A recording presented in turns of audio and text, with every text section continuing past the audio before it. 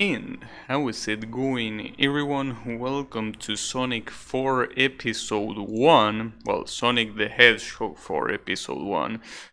Which is a game that was intended as a reboot of the series because, by the time this game released, Sonic reputation wasn't very high. I mean, it was, I think, even lower than it is today by 2010 or around there.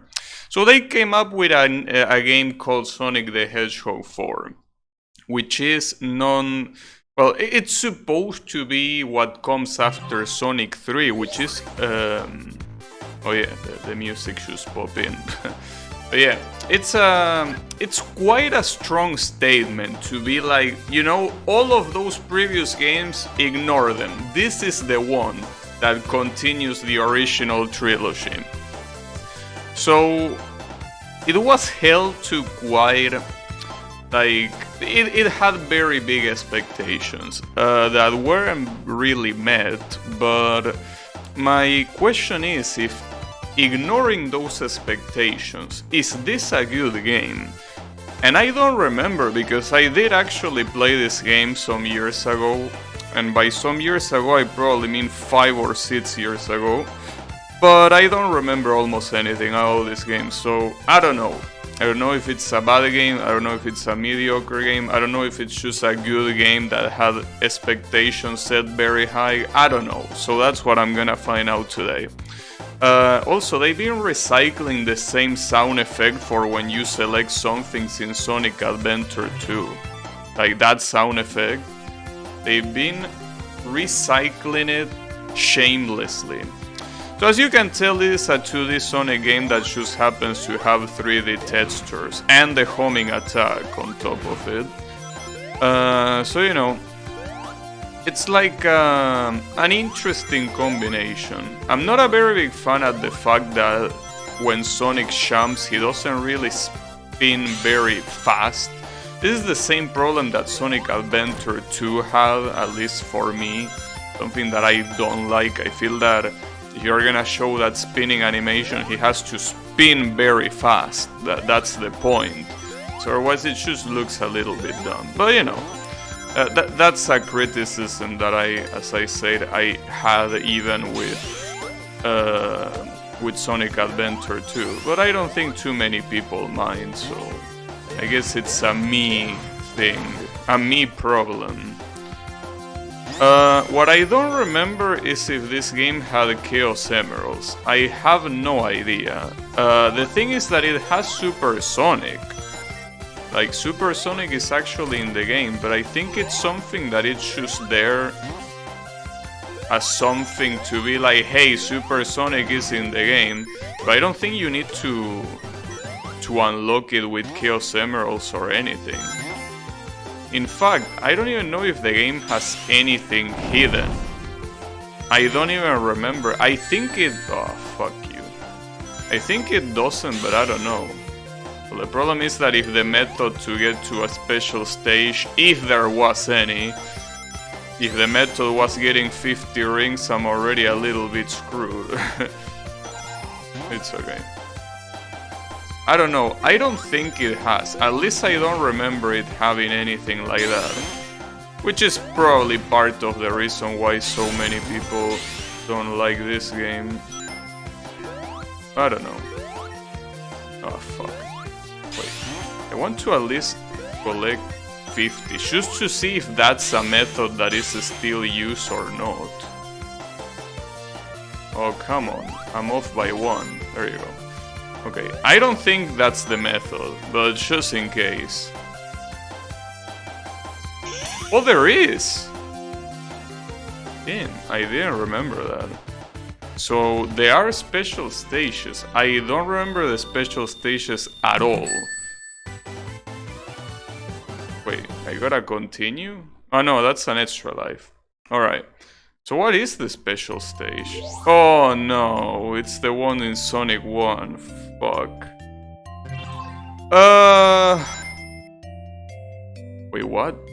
Oh, okay, it works a little bit differently than the old one. This one you spin it yourself. You don't jump, you you spin the board and you can also tilt it. Does it have goals that can fuck you up? Because that's why I'm going with such care. Oh, can add seconds to the timer. It doesn't seem like it has goals though. Well, I haven't seen any yet. If it does, it will be a painful realization. Fuck, it's gonna be hard to get in there. Nice.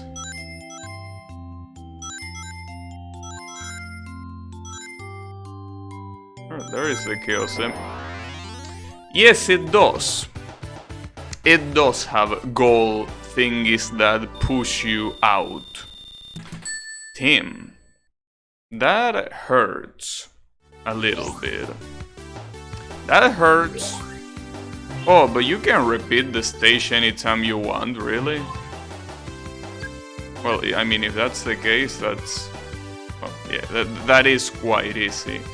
Hey Bravi and hey Yokai, how is it going? Here playing this game again.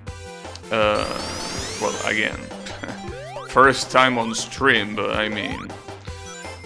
I really don't remember when I played this game, but it was a very long time ago. And I'm assuming I did get all of the Chaos Emeralds back then, but I didn't even remember this special stations existed in this game. Like, I thought it didn't have anything, but if it has that's a neat detail.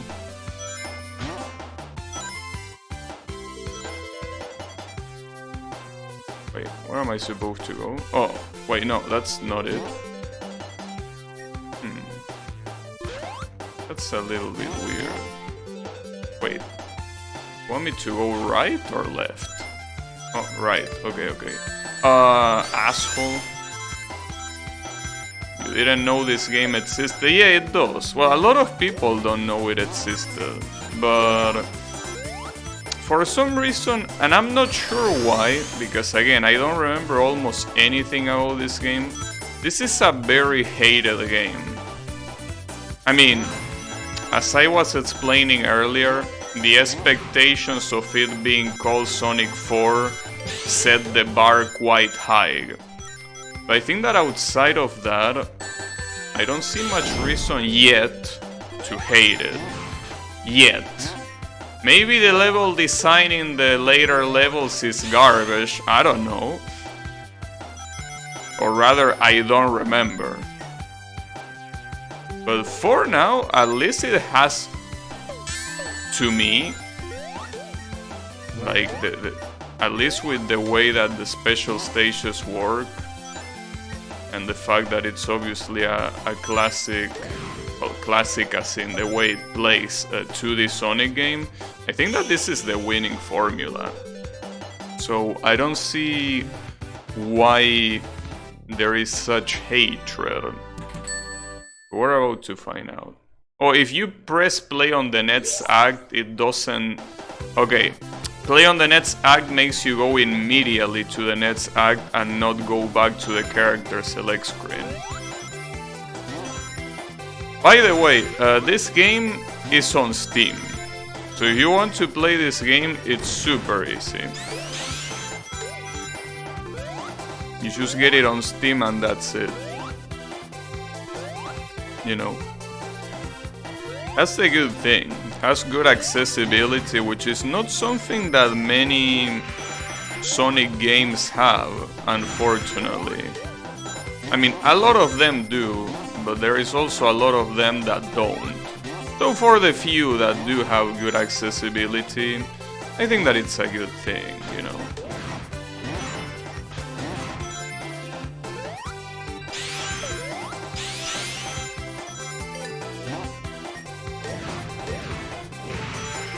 I think mainly the reason why a lot of people might not like this game is because it relies too much on the previous ones instead of creating its own thing.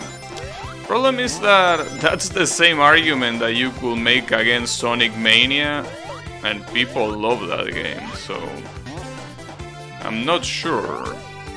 That's the reason why I'm telling you, I really want to know why. Maybe we're gonna find out soon enough why. I don't know.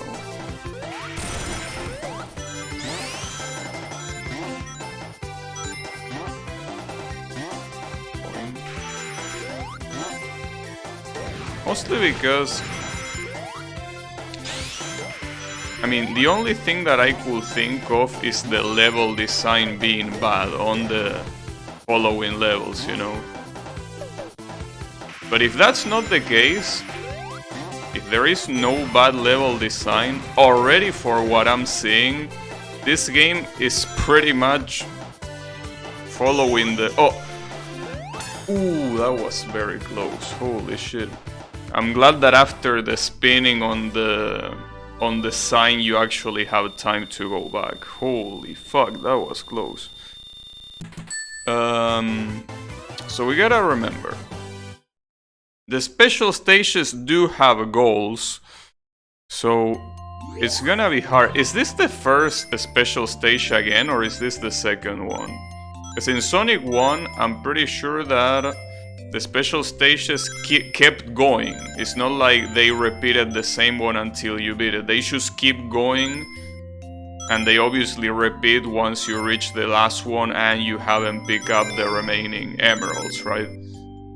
I think that in this one they actually repeat. It's like in Sonic 2. In Sonic 2 that's what happens. The stages repeat until you beat them. If you don't beat them, you're gonna be playing the same special stage over and over until you either beat it or the game ends, whatever happens first. So the same thing applies for this game, for what I'm seeing. So it combines that on Sonic 2, but it combines how it is from Sonic 1, obviously. So the problem is that here we can get destroyed. Nice! Got him. I got the first one. Should have gotten that one on the first stage, really, but it's okay. I recently had an idea for a Danmaku game. It will be a while before I can start working on it because I need to learn certain skills. Yeah, when it comes to ideas, it's always important to know, to first see how realistic it is. Oh yeah, and we have the classic boss here, right? The classic Sonic 1 first boss. I think this is probably one of the things that made people the most salty about this game, that there is just a lot of shit repeated, but again, I feel like if that was the case, Sonic Mania will get a lot more heat, and it doesn't. Get fucked. Hey Yami, how is it going? Hey, congratulations on the power going back. Good shit. Hopefully it doesn't happen again. It really sucks to not have any power. Since a major weakness for many Danmaku games seems to be the bullets from below, I was thinking to make a game centered on them, so people can get used and learn to read them.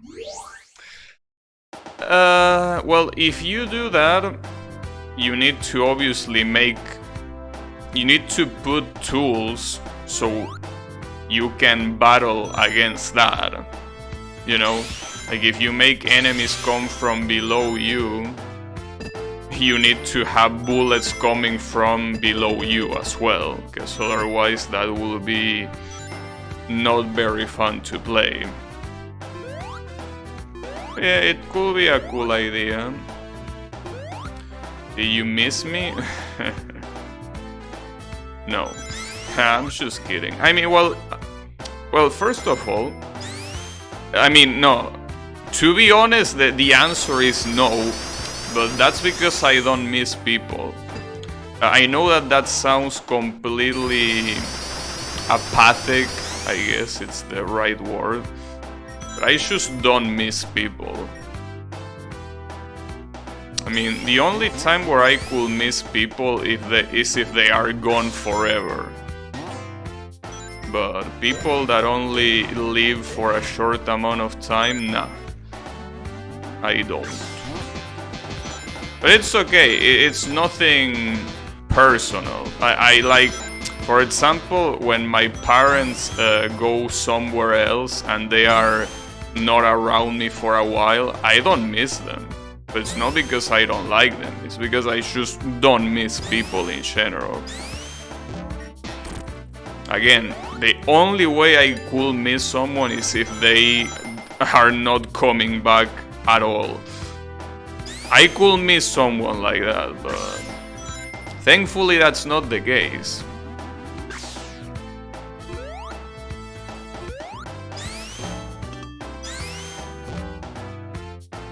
Obviously the character will shoot downwards, I see.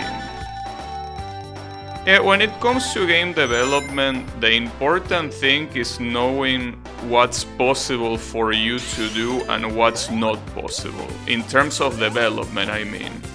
Because having ideas for games, trust me, is the easiest thing.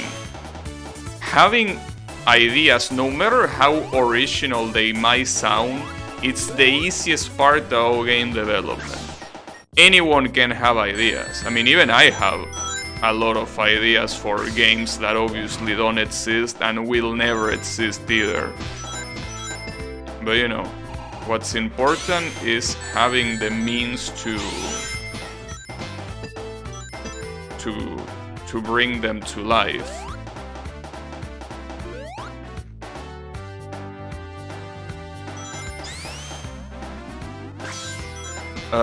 Because that reminds me of someone that used to come to my chat a lot, and they will constantly talk about all of these ideas they had for a Danmaku game, and I'm pretty sure they never did anything.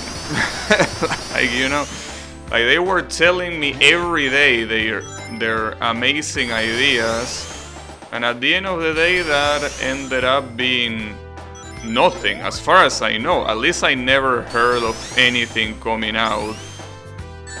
Wow, pretty nice. Oh fuck, I guess, yeah, I need to give up the rings here.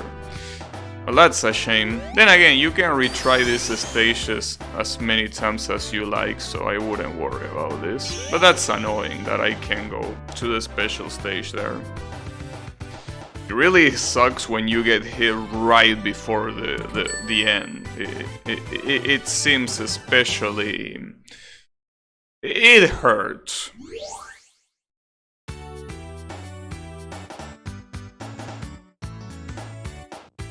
I learn level design and rope in people who know skills I can get, such as sound design and graphic design.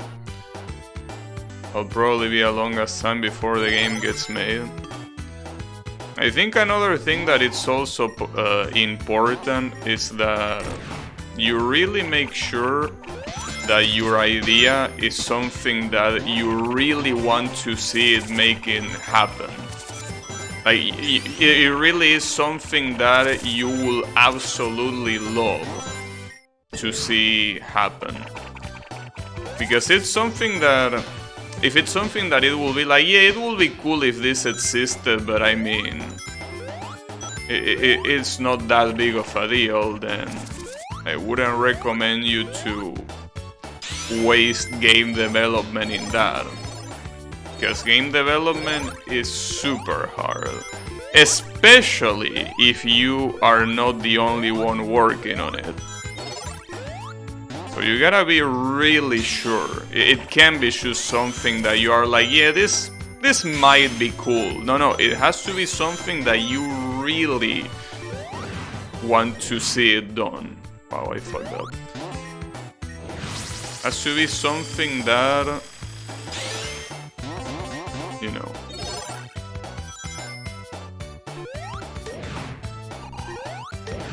I know it's gonna probably sound a little bit corny, but you gotta turn it into your life objective.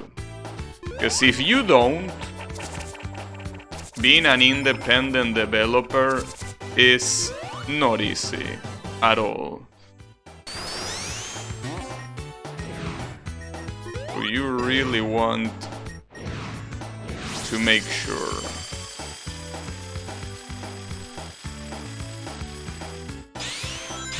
I wouldn't say those things necessarily apply if you are the only one working on the game. Because if you're the only one, at least you will be like, well, I wasted time doing this, but at least I learned a thing or two. Nobody expected anything, so I'm not disappointing anyone. Yeah. I think there are a lot of things to consider. It's not a show to get into game development. These fucking bats. Do they follow me all the way? That seems to be the case. What the hell? Alright. These bats are a problem. Jesus, they don't stop. Wait. Calm down. Calm down. Get fucked. Problem is if they are more... Oh, nice! I could have gotten crushed there. This is a good idea. That's fine as long as the exit is here. Which I still don't know. Also, how many lives have I gotten? Oh, that's a problem. Oh, that's a problem, okay. Is this a leap of faith? Huh, not really.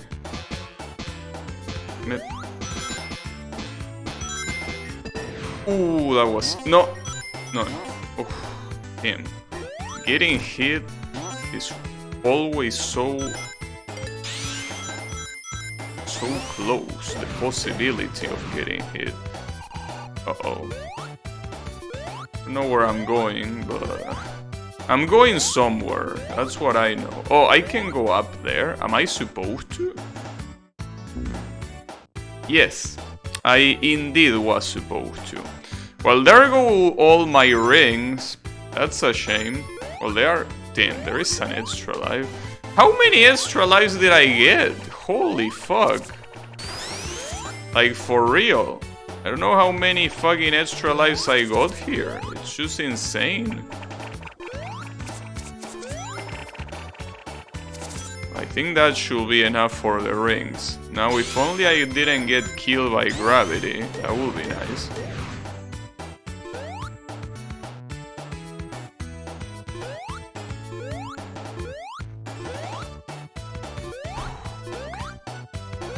That wasn't that hard, really. Wait, I need 2 more rings. Oh, don't be a bitch. Don't tell me that you can give me 2 more rings. Come on.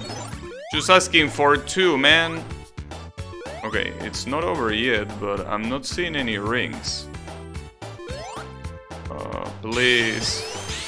Oh, that's interesting. Damn, are you for real? You're doing this on purpose. Oh, wait, it's not even over yet. There is another checkpoint. Holy shit. Oh. Damn it. There go all the rings that I collected. I should have spin dash or something like that. God damn it, dude. Programming could go either way. It's a skill I can sharpen, but I know from experience there is a limit. How did I not make that? It's okay. There is a limit past which I cannot be held, so that one depends on how advanced. Coding for video games is super complex. Most of the times you wouldn't even be coding yourself. Most of the times you're gonna be using frameworks. You have to be shitting me. That was the last one. Fuck. Man, I keep getting cocked with these rings. Unbelievable. Sorry. What was I saying? Oh yeah, about coding. If you're making a game, most likely you're gonna be using a lot of tools that basically require no coding at all. Well, I mean, No, they do require coding, but the coding is minimal. Sometimes it's not even necessary, depending on how basic you make it, you know. But yeah, I don't know much about it, but I know that if you actually try to code instead of a tool making the code for you, it's not easy at all. It's very hard.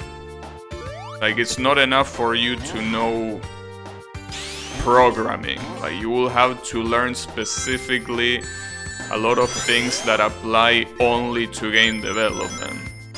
Well, not like they apply only to game development, but that they are concepts that are just the way it is, you know, that are not simple to understand or to apply. In any case, what I'm basically saying is that game development isn't easy at all. And I mean, it's nice that you're thinking about it, but you really need to think a lot about it. Like, it's not like when you wake up and you are like, I want to eat chocolate. And you just grab a chocolate bar and you eat it. This is something that is a lot more complex. You really need to think about it before you actually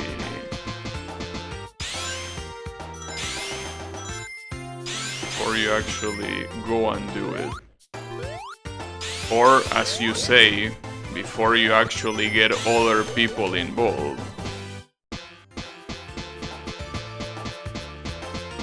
You also need to understand that if those people that are involved are people that don't really care about the game, you're gonna need to pay. Like, if they don't care about the game existing or not, they are not people that are in the project just for passion, they are just there for the money, you need to pay them, obviously. So that's another thing to take into account, because video game development is not cheap at all. It's just not cheap. But yeah, I don't mean to bring you down. I know that it sounds like I'm just trying to bring you down, but it's just, there are just things that you need to take into account, and those are, you know, things that sooner or later you will deal with. But yeah, make sure. Wow, nice. This fucking spike. Very nice. Yeah, just make sure that whatever you do, you are sure and you understand what you're getting into.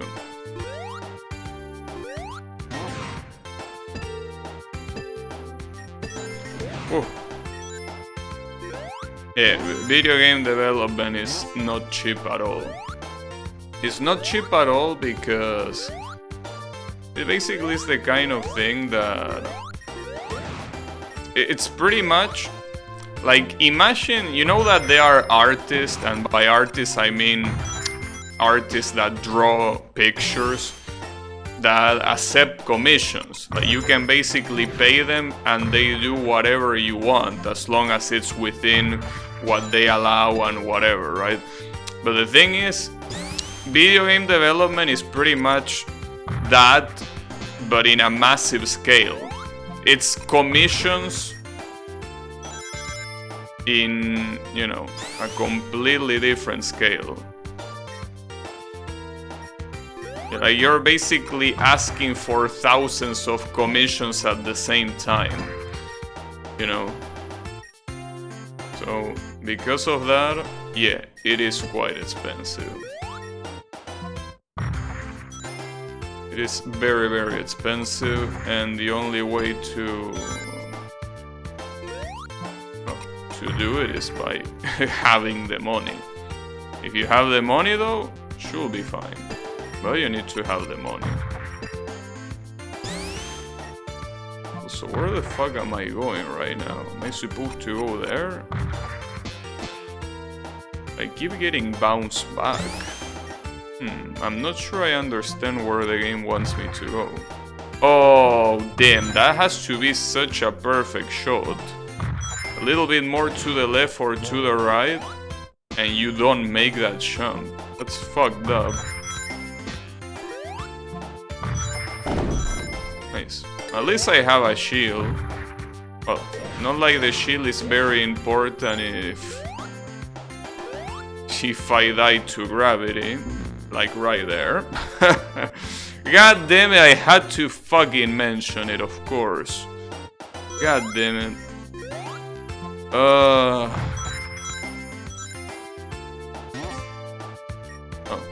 at least there was no dead right there. That's the reason why the game gives you so many lives. Because they know you're spending them. Yeah, it makes sense. Why? No, that's dead. 10. I also imagine that the less skills you have yourself, the worse it gets, because the more things you will have to pay people to do. Well, yeah, obviously. But at the same time, you just need to keep in mind that it's impossible to have all the skills by yourself. You know. I know that a lot of people get very inspired by what Sun does. You know that Sun is only one person and he pretty much does the Toho games all by himself. Can I go back? No, you can't. Fuck. Nah, whatever. But you know, the thing about Sun is that you gotta understand that the games he makes are very basic and he's pretty much reusing the same code that he has been using for years. And in the art part, he doesn't really do anything special. He also doesn't have anything special in the programming part either. You know, basically what I'm trying to tell you is that most of the games that a lot of people have in mind usually are off scope, in the sense that they think about games that require a lot more than someone like Sun to make them reality, you know. Also, this is the same, well, it's supposed to be inspired on the Sonic 2 boss in that casino area.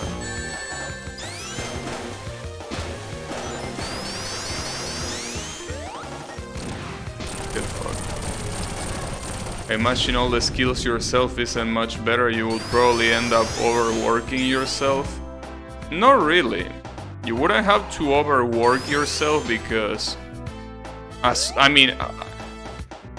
long as you don't put a deadline, you're not overworking yourself. I mean, you're gonna take a shit ton of time to finish the game. Like, we're talking about probably like, I don't know, 5 years just to finish a very simple game if you do it all by yourself. But as long as you don't set a very specific time frame, as long as you allow yourself to, you know, to finish whenever you need to finish, you're not gonna overwork yourself. I also remember liking this stage, I'm not sure why though.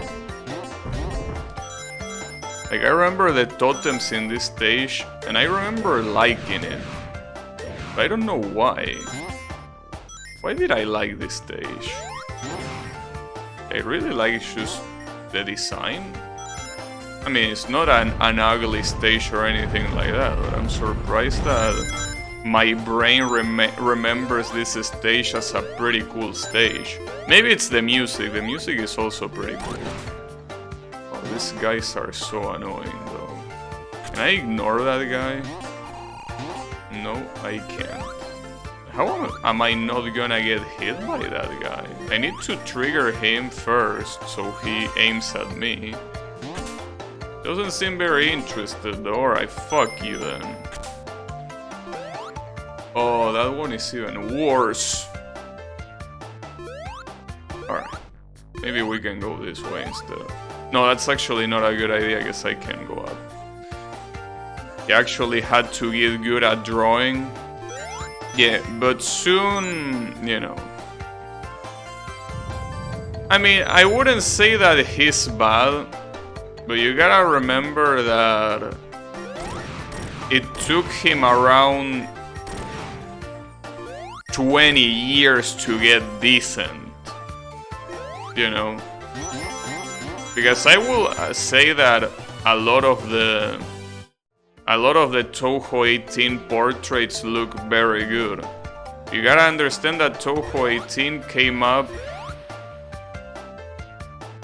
like 26 years before, no, after the series started, you know. So, you know. In any case, you just need to consider that, that there is a lot to think about, you know. Make sure you just always maintain a realistic look on the project, you know. I think that that's the most important thing. It needs to be a realistic project. That way you don't get disappointed when you realize that things are not going as projected, you know. That's the important part.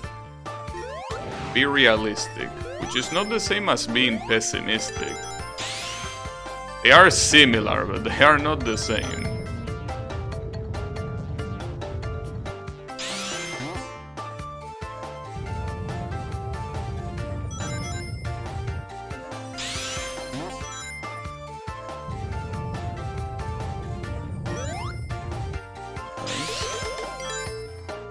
Another checkpoint, damn it. It really feels like they make the last checkpoint hard on purpose. Just so you lose all your rings and you have no way to recover them.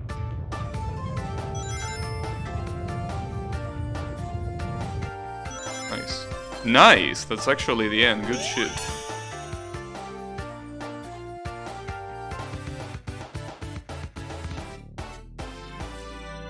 My brutal honesty.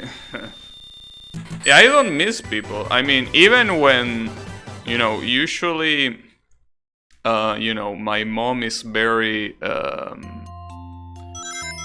like, she misses people a lot. She's a very affectionate person. And when she asks me if I miss her after a long time of not seeing her, I should say, no, I didn't. But I mean, as I say before, I don't miss people that I know they are gonna come back and that is not gonna be a very big time, you know. Because most of the time we're talking about weeks or maybe a month or 2 months at most. So in that period of time, it's like, I mean, I'm not gonna miss you. It's not a very large amount of time, you know. But yeah, that also has nothing to do with what I think about the person or anything like that. It just has to do with the way I am.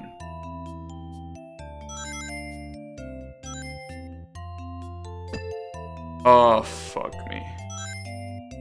Go there. Nice. Problem is...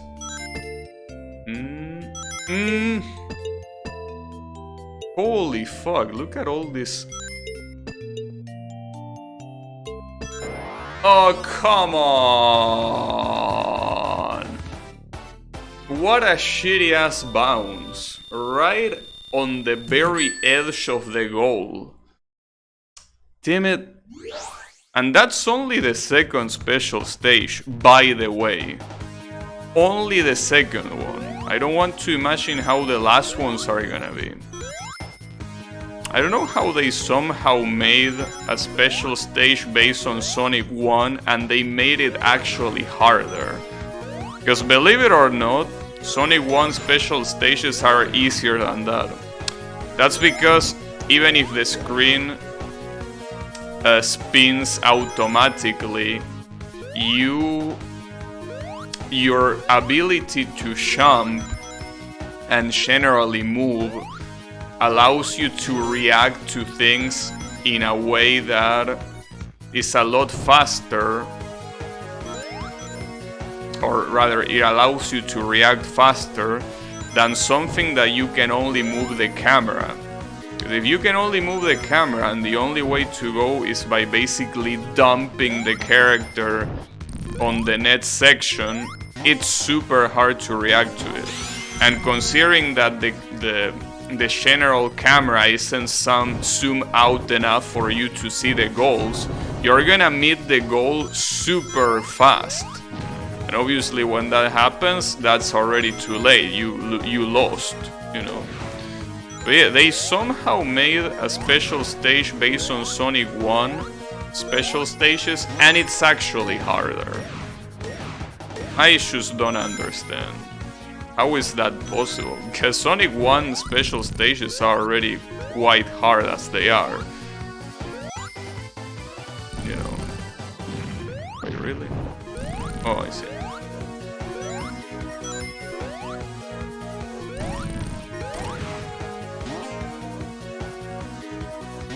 But it's okay. I mean, I'm most likely gonna need to retry stages to be able to get... Oh, fuck me. Oh, that's okay. I didn't die. I think that you need to jump a lot sooner than you think. You take longer to jump, you're gonna fall. That's fine though.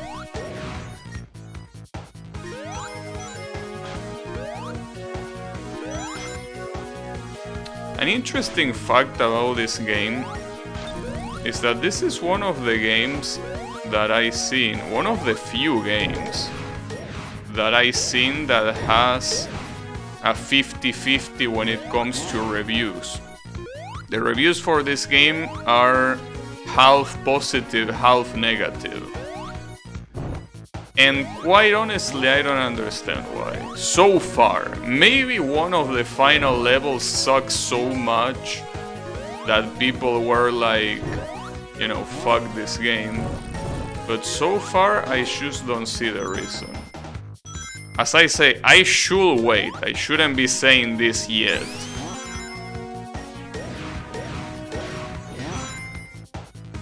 But, you know.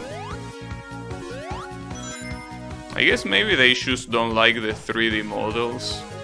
They would prefer a sprite-based game. And I mean, that's understandable, but, you know, sprites are expensive to make, you know. I mean, I know that we're not talking about an indie developer, it's fucking Sega we're talking about, but still.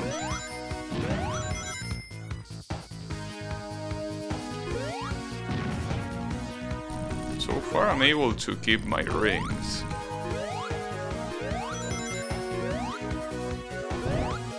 Oh, careful. Wait. What's wrong with my points? I just realized. Why do I only have 10,000 points? I should have more. Or are the points something that are not shared between levels?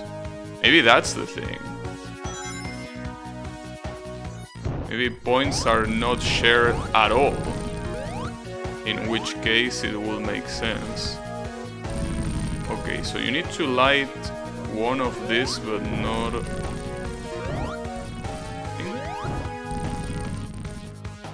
Wait, what?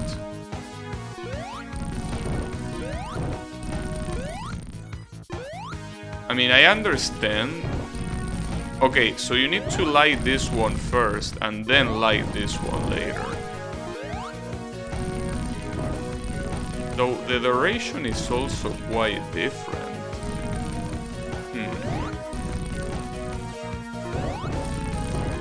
There is also one that I shouldn't light. That one, I think it's the one on the left, probably. probably.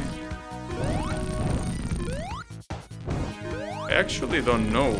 Maybe it's the one on the second one, actually, it might be. I'm not sure at all.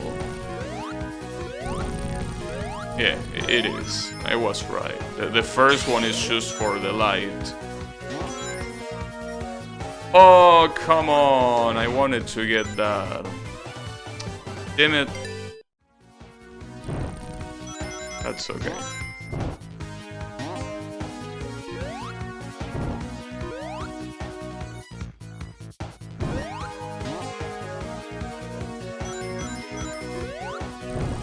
Did I open? It opened.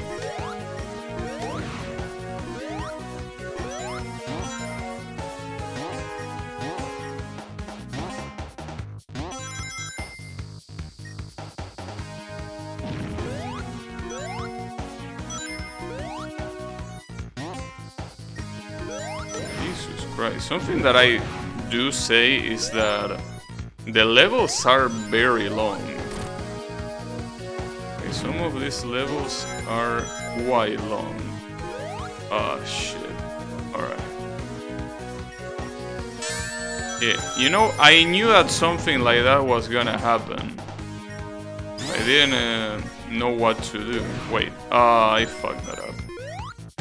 Just that I saw that extra life and I got completely distracted.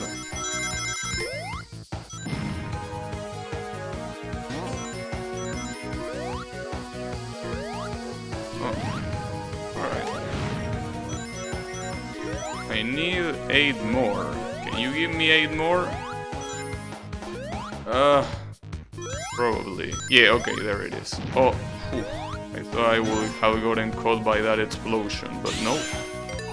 But there is a still... Wait, what? Am I supposed to jump? Oh, maybe those explosions actually don't deal damage. Maybe.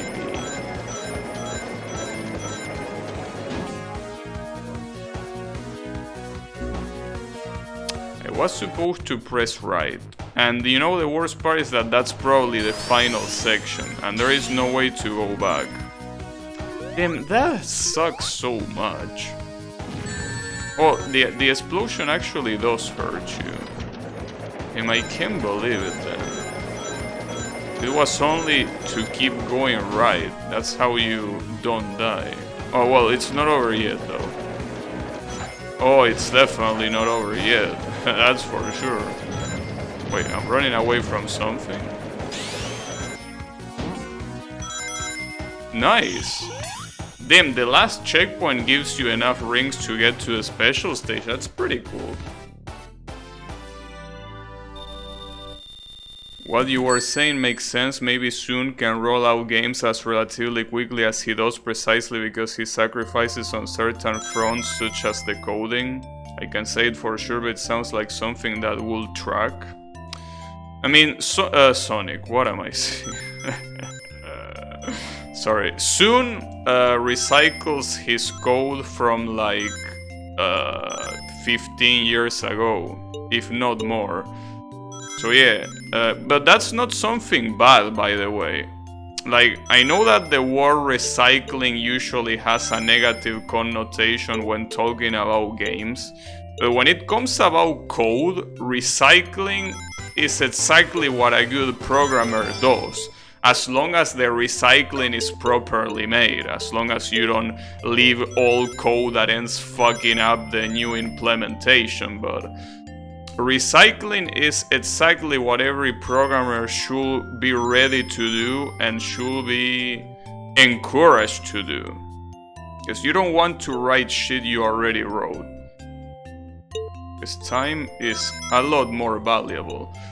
Ooh, that was close. Oh, nice. Nice. Good one. I can say for sure, but oh, sorry, I already read that. He should mod his games to make new ones. Yeah, you could say that. But yeah, basically what I'm trying to say is that I don't think it's a bad thing, you know. It's not a bad thing at all. Because you don't want to reinvent the wheel. If you already have something, you have a code that works, there is absolutely no reason to write it again in a different way, unless it's not useful for what you're doing.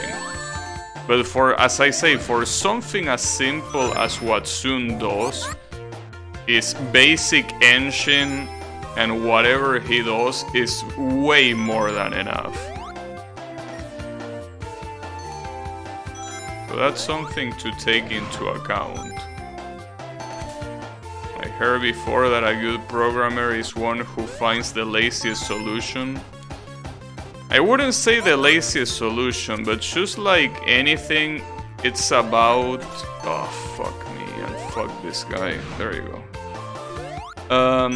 Just like with everything, it's about doing something fast. You know, because time at the end of the day is the most valuable resource, you know. And the way you do something fast is in part recycling when it comes to code, you know. So yeah. Wait, what the hell? Oh, I'm supposed to push that rock away. So yeah.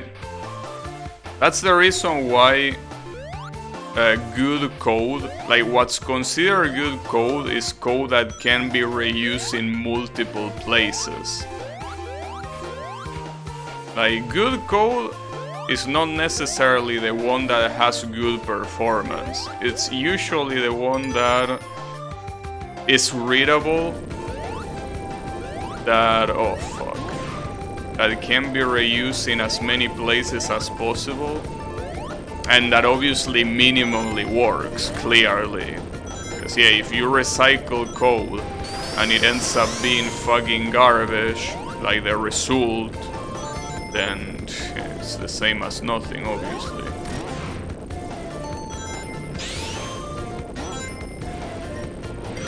Nice.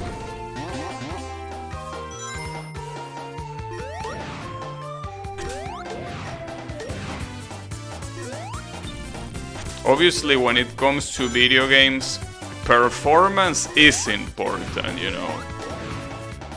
Like, obviously, when it comes to other applications, performance is not the main priority. And when it comes to games, it is important. Just that a lot of times, the performance difference is not that big to sacrifice code readability, for example. It's very important that the code can be easily read, because you're most likely gonna need to revisit that code at some point, either because you want to reuse it or because you need to fit something. If your code looks like shit, you are never gonna be able to either fix it or use it again unless you waste your time testing it, you know. And you don't want to do that when you could just read it and just understand it, you know. It goes both ways, a good programmer... Wait, what did I get hit by? Oh, that's a spike? Are you shitting me? Holy fuck, that's absolute horseshit. Those were spikes that look like they were part of the background. No, those were spikes. Holy fuck. That's okay then. That's how it's gonna be. At least the bubbles here are very numerous, so you don't need to worry about droning. A good programmer reuses code where viable, and a good programmer writes code that's easy to reuse. Yeah, I mean, ideally you will do both things at the same time, you know. Ideally it's not one or the other, ideally it's both. You know. But yeah. It also depends a lot on the project, and it depends a lot on what you're doing, you know. A lot of times, like when it's something that it's very stupid that doesn't need that much attention, I mean, I might just write some very shitty code and not feel bad about it, but you know, it all depends on your scope, like with anything, you know. Like if you're writing an engine for a video game, I'm talking about, obviously, you want at the bare minimum something that is readable and reusable, because whatever you're gonna do there is gonna be the very base of the whole thing, you know, and you're gonna constantly see it and use it, so you don't want to have a bad foundation already. And at the same time, obviously, you have to balance it with being performant, since we're talking about video game development and not just some shitty web application like I do. I mean, I do web applications, I'm a web developer. Wait, what the hell? The time? I just realized. That's fucked up. But I was saying, yeah, I'm a web developer, so basically performance is never a priority. Well, it is a priority in front end, but unless your code is absolute garbage, you're not gonna have performance issues, because most computers are good enough to deal with basic JavaScript shit and basic animations and stuff like that, you know. As long as you don't go overboard, that is. But, you know. As always, it's something that you do in moderation, obviously. Oh, that's the emerald. Oh, that bouncer right there is so fucked up. Got it though, nice. If you're making an engine from scratch, you probably want to make an engine you can keep using for later games. Yeah, that's the whole idea. Like, unless the game that you're gonna make has nothing to do with the game in terms of genre or how the logic works, you usually want to always reuse your shit.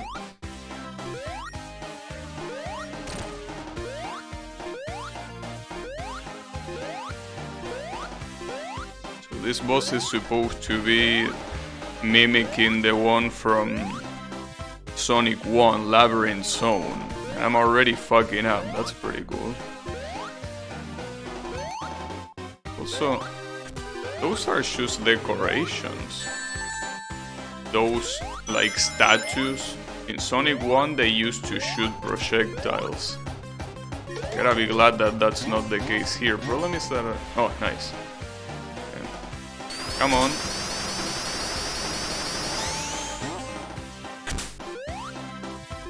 Yeah, I gotta be glad that those things are just decorations in this game, because I can tell you how fucking annoying it is to deal with that shit. It's not over yet though. Differently from Sonic 1, this actually has more. Wait, yeah, it does. I knew I remember correctly.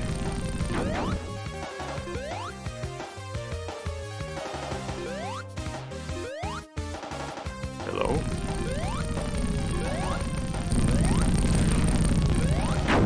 Damn, that's very brutal.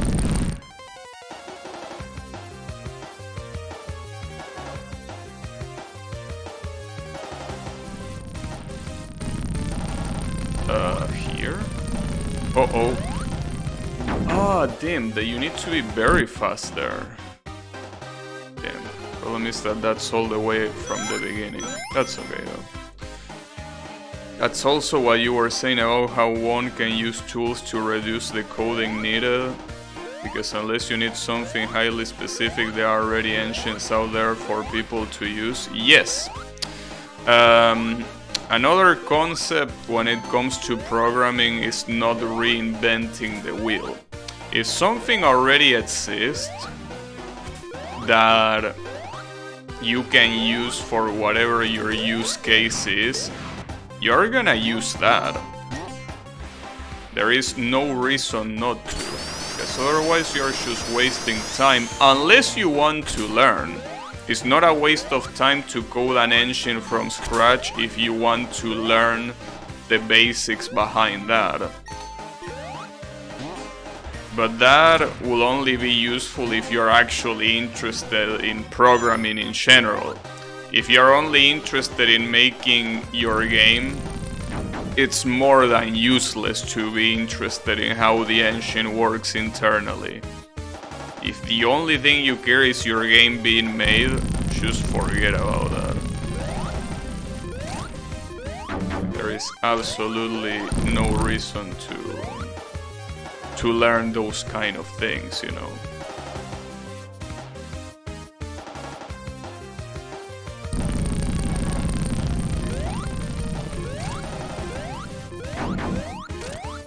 Basically, just remember that. Don't reinvent the wheel. If something has already been done and it's useful, there is absolutely no reason to do it again. And yeah, with engines it's usually a very big example.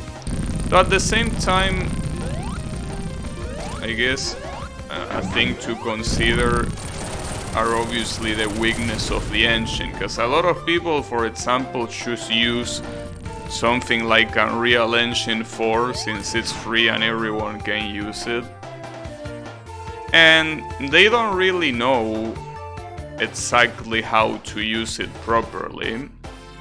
So when they use it, like, it just makes the game perform like shit, even if the game itself shouldn't require that much, you know.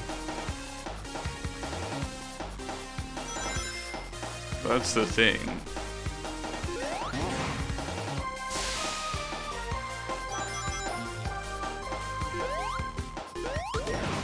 But you know, I guess that's also related to knowing what you're doing. Regardless if you recycle or rather use something that it's already made or not, you need to know how to use it. You know?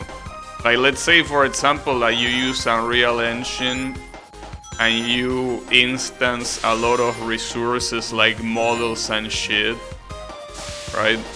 And once they are not on screen, you don't get rid of them. So they just keep occupying memory for no reason, right? I mean, I'm pretty sure that something like Unreal will have a lot of automatic things that already take care of that for you. But imagine if that wasn't the case. So if that wasn't the case, you should know that. Like, if all this shit that you are putting on the screen is not disappearing when they are no longer needed, then, you know, it's gonna perform like absolute shit. And it also depends on what game you want to do. I mean, if you want to make a Pac-Man clone, just to give a stupid example, I don't think it's worth it to use fucking Unreal Engine to do that, you know.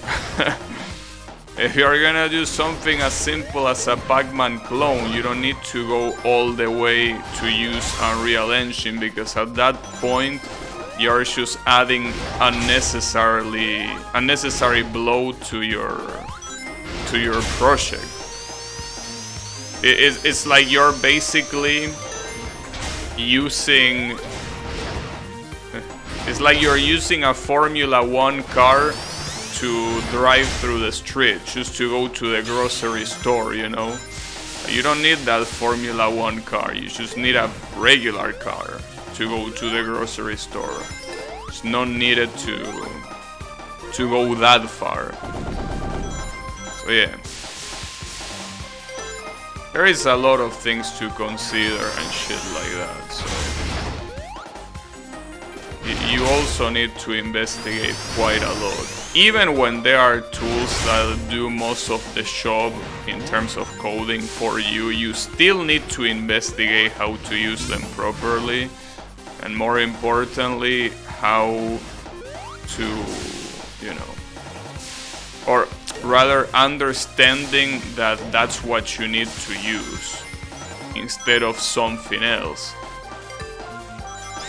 I think the Unreal Engine example is probably one of the best ones, because a lot of people use Unreal Engine considering that it's used by big companies, it's free, and as far as I know, it's relatively easy to use, right? So a lot of those things sound very attractive, but at the end of the day, your program, well, your game in this case, is not gonna need all those things, probably. All those things that Unreal Engine provides in the same way. So yeah, at that point you also need to know, should I use Unreal Engine or is it gonna be an absolute bloat for what I want to do? Because maybe it's gonna be nothing but bloat, right? And at that point, maybe you should use something like, I don't know. Well, I don't know what, really, because I don't know about game engines. You would rather use something that it doesn't have that much bloat just for a project that is a lot simpler, you know.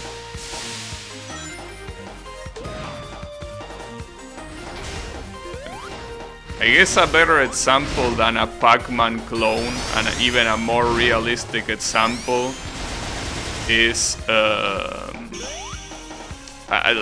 chess program. Like, if you're gonna do a chess program, you don't need to do it in fucking Unreal Engine 4 unless you want it to have hyper-realistic graphics, you know, for some reason.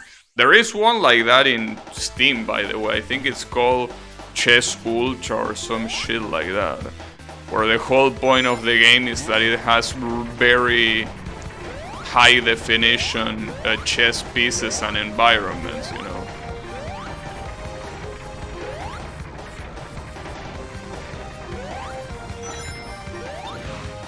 There are engines for projects of different size and caliber.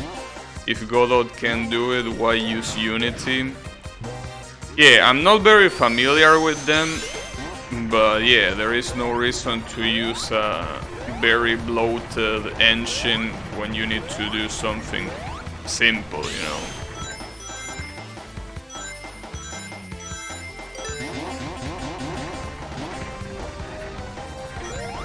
But yeah, I mean, with all of this, you can already tell that video game development is hard. It's not just the fact that you have the tools to use it, it's about knowing what tool you should use, you know?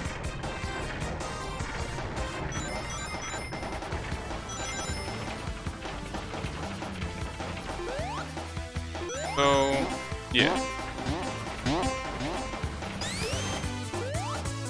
Just make sure to keep it realistic. That's always my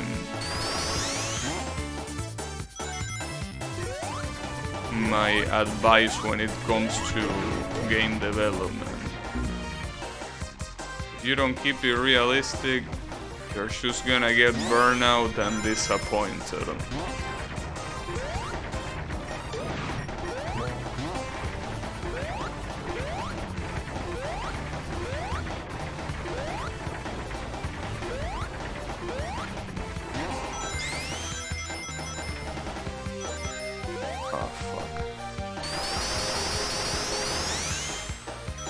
I wonder also if this is gonna be the last stage of this game. That will be a little bit weird.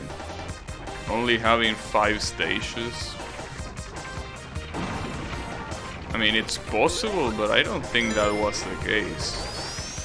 I don't remember it being the case, at least. Well, if it is the case, I can see why the game has so many negative reviews. Because it's even shorter somehow than the originals on the Genesis. They're already something hard to achieve, you know?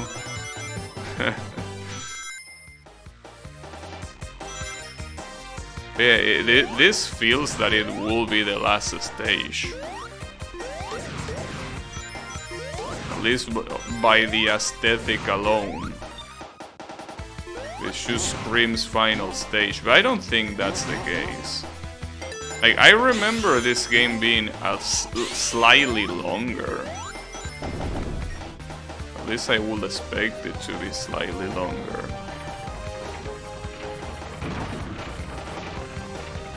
I also like how the backgrounds have that spinning thingy that was there. I don't remember if in Sonic CD, no, I think it was Sonic 2 actually, where they had that spinning thing in the background. Wait, what do I need to do here? Wait a second, do I need to bring it back? Well, I'm assuming. Alright. Let's try to do it fast this time. Yeah, because it opens that, but that shit closes after a little bit, so... Nice. Oh, no, that's not yet the end of the level. Not yet. Oh, it's definitely not yet the end. With that checkpoint there! Ooh, careful with that one. Interesting. Always be careful with that red guy. He's an asshole.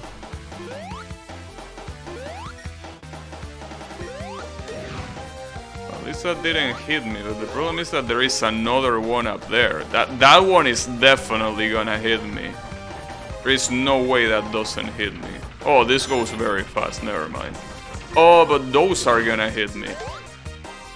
Holy shit. Oh, come on, I can't believe it. What ended up hitting me was that piece of shit. And this is probably the end of the stage, isn't it? Of course it is. Oh, fuck me. I hate when that happens. And I can't believe I got killed by the star. I didn't get killed by the mantis, I got killed by one of those exploding stars. Holy shit. That's so salty. Motherfucker. It's okay though. Oh shit. Well, alright, that's an interesting... Holy shit, alright, alright. That's an interesting way to start a stage. Alright, the game is not fucking around anymore. The game just wants you to know that fucking around is no longer allowed. Alright, alright. My bad. I apologize. Holy shit, it's still there. Damn, that's a brutal start. That's an absolutely brutal start. Holy shit, dude. That really was something else. It was absolutely brutal. The thing I remember seeing... Oh, it's still not over, by the way. Oh, fuck. Wait, what does this do? Alright. Sack of shit. I don't think I remember seeing a chase sequence that brutal in Sonic before. I mean, the one in the first checkpoint. This one is being very generous. That one is actually going super slow compared to how fast it could go. There is a matter of finding an engine for which there are instruction tutorials you can actually read.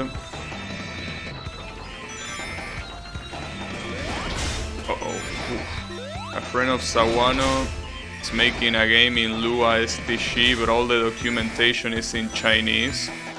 Yeah, that's because there are a lot of Chinese fun games, Chinese Toho fun games that are Danmaku games, funnily enough, that are extremely well made. Like, they are so well made that in fact they kinda mind broke me a little bit.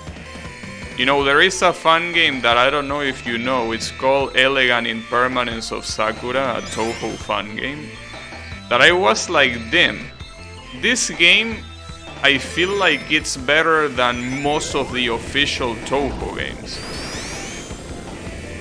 Oh. How generous this shit to stop right as I was about to get crushed. Very generous, I must admit. But yeah, anyways, that game, I don't know if you know it, but when I played that game, Elegant Impermanence of Sakura, I was like, this game is better than a lot of the official Toho games. And that's something that I never said for any fun game, ever. I was always of the idea that fun games were vastly inferior to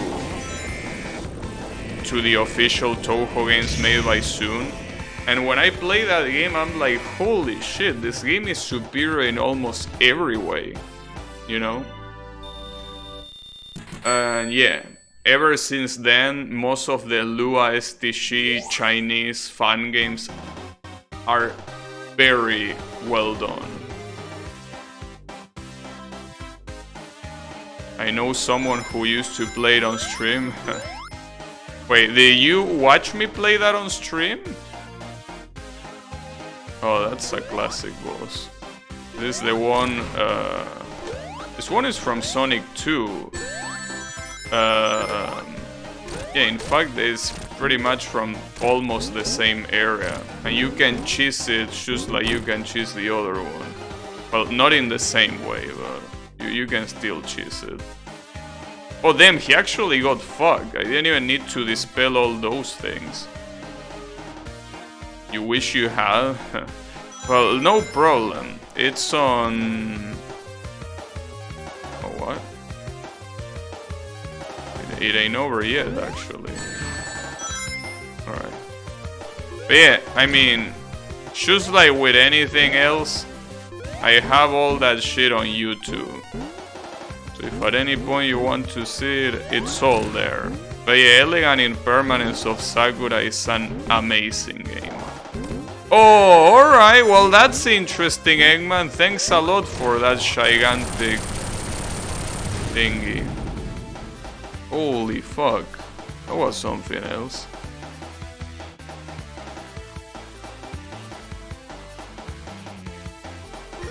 Boing. Watches this other person you know? Which other person? Wait, 80,000 time bonus? How? And probably because I cheesed the beginning, but holy shit, that's a lot of points. Wait, what's this?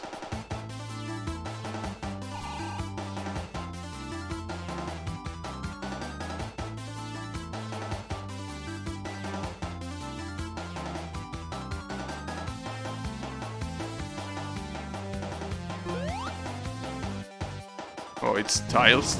Oh, well, yeah, that's tails, but not exactly what I had in mind. Egg Station, but it is the final level, or it was the final level, and this is the final boss. This final boss, if I'm not mistaken, is pretty much a copy... Wait, we have another thing? Oh, is there a boss rush? Before the actual final boss? I wasn't aware of that. Maybe there is. Yeah, I think there is a boss rush. But no, what I was about to say is that the final boss of this game is pretty much the same final boss as Sonic 2. The gigantic mech. Whatever it's called. Damn, that's the Earth. Oh fuck. Yeah, it is a boss rush. Just like Sonic Advance 2 does it. That's an interesting one. I really didn't like Sonic Advance 2. That game sure has lovely art, creative pattern design, a solid soundtrack. Its only sin is having a very rough translation. Yeah, since I never really care about the story, I didn't really care about that. So, like, when it comes to gameplay and the way the game is presented, and more importantly the tools it gives you, like the stage practice, that you can practice a stage by section, you can practice non-spells, you can practice so many things that are impossible to practice in Touhou without using unofficial patches. And I'm like, damn, it's so well done. Like, it's super well done, right? Not to mention that it's also the only game that actually made me score it. Like, I actually, well, I don't know if I will call it a scoring run, but one of the achievements is being able to score in that game, like 15 billion or something like that. And I actually did it, and it wasn't easy to do, but I actually did it because I like the game so much, and it gave you the tools to be able to do it. Like, you didn't need to repeat the same game over and over again just to practice some specific sections. You could just go to practice and that's it. You didn't need anything else. What does Ishishi means? Evil genius gone wrong. That's what it means. Now you might ask, where is the W? You know, gone wrong is a single word. Believe it or not. A lot of people might want you to believe that's not the case, but yeah, gone wrong is actually one word. Yeah, that's what it means. You don't believe me? Alright. Your choice.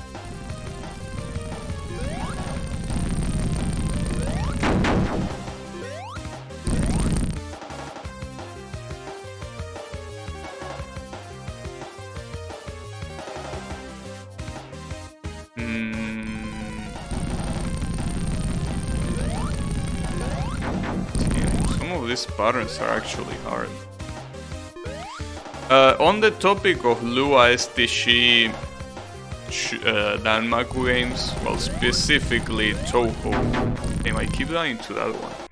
Specifically Touhou fan games. Another one that I remember being very good is one that is called... It has a funny name. It's called Chaos of Black Long. It's a pretty cool game. It has amazing art, very cool music. The gameplay is also very cool. Obviously, I don't prefer it over Elegant Impermanence of Sakura, but it's still a very good fun game, you know. Very good fun game. Especially the endings. There are two endings in that game that are very nice. So nice that I probably can't even show them on Twitch. Well, no, I can show them on Twitch, but you shouldn't focus on them too much. Because if you do, the Twitch police is gonna come and get you.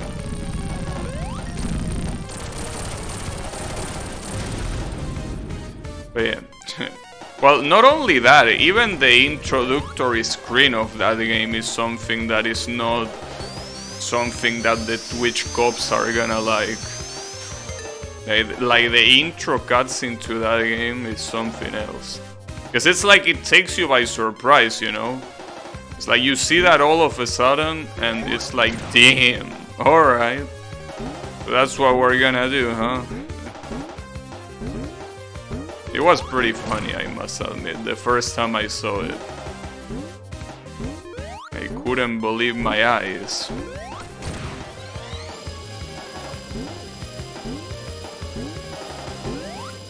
That's an interesting one.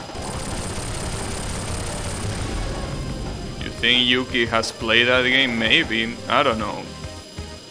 But it's a cool game. Yeah.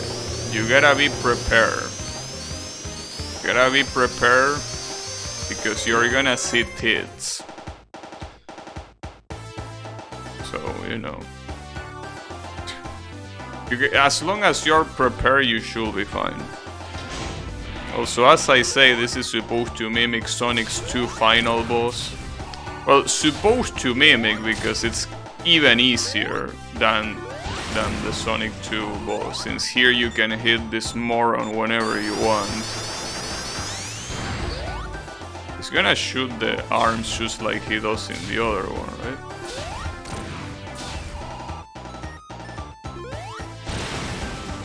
Since we're talking Toho fan games, I think it's time for me to ask the controversial questions. Huh.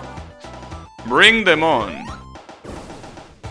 That can always be a nice thing. Think is Eos is paid? Well, so is every Toho game, you know. Just that you pirate them. But you know, yeah, like, you know, every Toho game is supposed to be paid. Fun games are no exception. Well, some fun games are an exception. But, you know.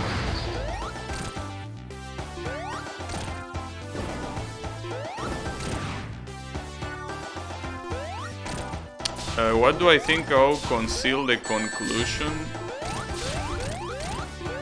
Damn, I actually got completely cornered. Holy shit. Conceal the Conclusion is a Dan Makufu game. I think that Dan Makufu is garbage. So basically anything made by Dan Makufu doesn't necessarily have to be garbage, but unfortunately, I mean, it's like you're building, you know, the people that go to the beach and build sand castles. Now imagine you're building that, but instead of using sand, you're using shit, right?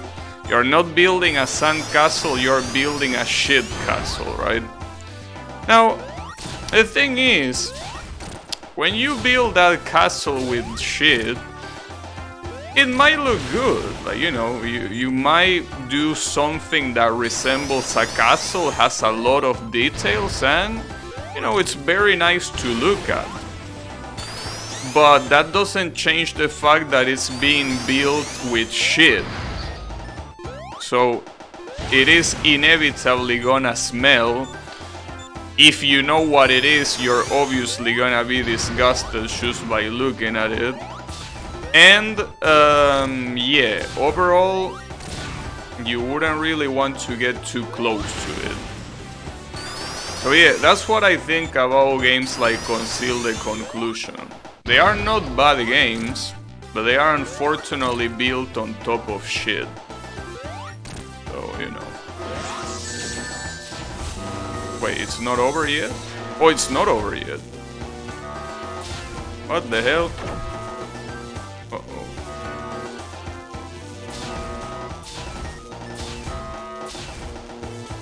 Wait, do I? No, I don't think I need to hit him though. And Makufu fan games aren't paid? Yeah, that's the only... I mean... Come on. If Dan Makufu games were paid, I don't think anyone will even think of spending money on them, you know. I know I wouldn't.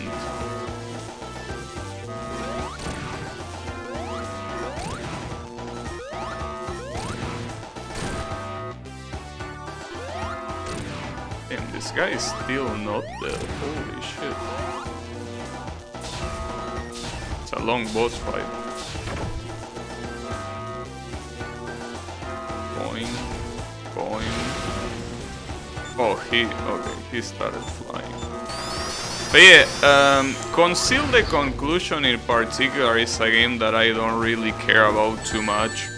But the people that made that game made also a game called Riverside whatever. I don't remember the name, but it was called something about a riverside. That game I thought was fantastic. And I think Mystical Power Plant, for what I remember, was also very good. But as I say before, it's a very pretty looking castle, but it's a castle made out of shit. So it's unfortunate. But yeah.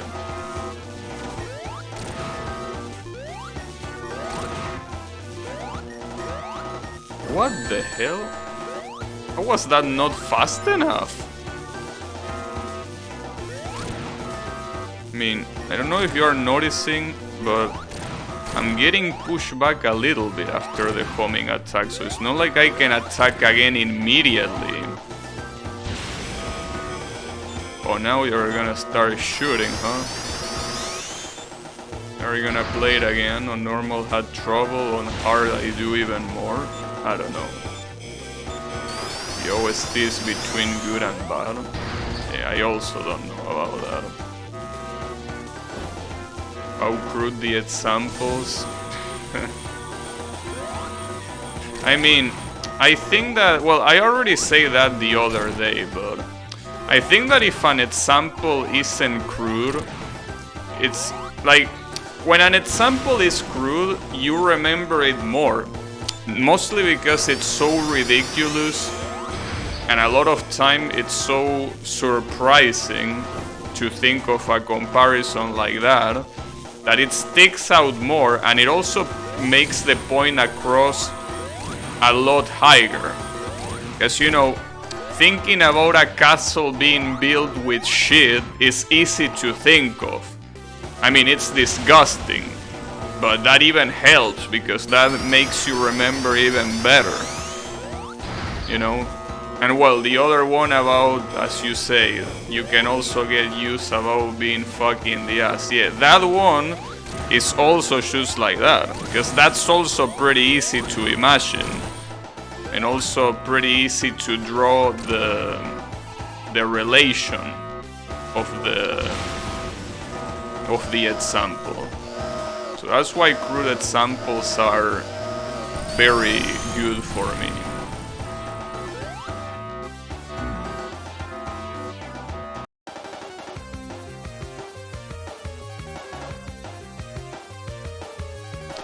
Well, that's -6 minutes. Unfortunate. I don't remember what I was supposed to do there. And I remember having that issue when I played this game for the first time as well. Fuck. Wait, but there is something that I should do. See, here's the thing. Think about it this way. I know that this is the final boss, right? So instead of beating this and knowing that I have to beat it again when I eventually have all the Chaos Emeralds, isn't it a better idea to get all the Chaos Emeralds and then beat this guy? Because if I'm gonna waste 6 minutes again, I'd rather waste 6 minutes only once. So I think I'm gonna do that. I think that it's a good idea.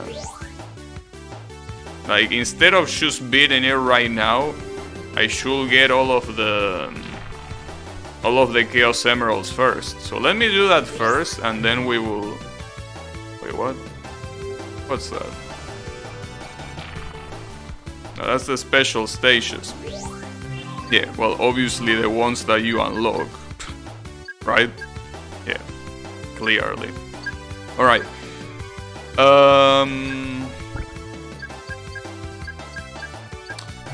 The problem... Oh, okay. So obviously in the stage you already got the emerald, you can get it again.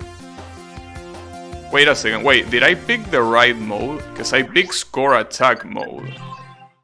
Is there another mode other than time attack or what? Let me check. No, okay, it's the only two. Yeah, whatever. I'm gonna get this one. You need a lot of shit to create a shit castle, yeah. But I mean, that's not very hard to find. I mean, just go to... How are those places called? A sewer? I mean, I'm pretty sure you can find a very good collection of material there. But yeah, you might need a lot, but trust me, you go there and you're gonna find a lot. In fact, you never know, you might even find some that were produced by you, making the castle even more personal and emotional, don't you think? Anyways, yeah. I hope that with that beautiful example, you understand my stance on Dan Makufu games. But yeah, as I say before, despite of that, Riverbed and Mystic Power Plant are cool games in my book. But they will definitely be a lot better if they were built in a decent engine. If they were built in a decent engine instead of Dan Makufu. Well, I guess I should explain to you why I think that Dan Makufu sucks. Well, basically, it's just... it's very bad performance-wise. It's very hard to do a good game without making it run like shit. And it happens a lot in those games made by the guy that made Conceal the Conclusion, you know? That's the problem. If you don't want to do anything other than super basic shit, it's trash to do that. The good thing is that it's easier to understand since it's not a programming language and it's just, you know, basically a set of instructions that are very high level, so you can understand it even if you don't know much about programming, right? So it's good because of that, and also it's open source and all of that shit, right? But unfortunately, just like with a lot of open source stuff, funnily enough, it just can't compete with the stuff that is made specifically for that, which is in this case, obviously, things like, just to give an example, Lua STG. And it might be a lot harder to work there, but the product that you're gonna get as a result is gonna be a lot better. Like, it's just gonna be a lot better. But yeah, obviously, it's not something that everyone can afford, so it makes sense, obviously.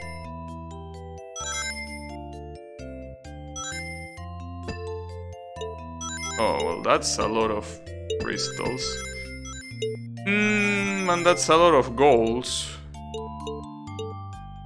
Don't touch the bouncer, don't touch the bouncer, nice. Mystical Power Plant has shit resources? I don't know. I barely remember anything about that game, to be completely honest. But I do remember the music being very good, and the game itself wasn't that bad. But yeah, I don't Wait, I say the next stage, I didn't say the last stage. Come on, game. When I think of next stage, I think of literally the stage that comes after the one that I'm playing. Yes, I understand that the one I should beat next is the last one. But come on, dude, let me get the emeralds first, god damn it. Motherfucker.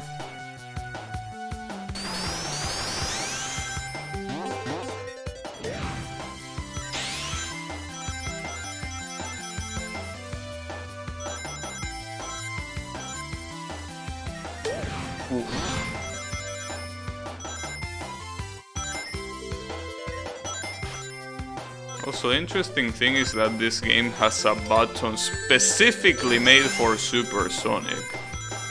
Like, it's not like in the old games where you jump and then press jump again and you turn into Supersonic. Here you press triangle, which is a button that is not the jump button, you know. Which is fine.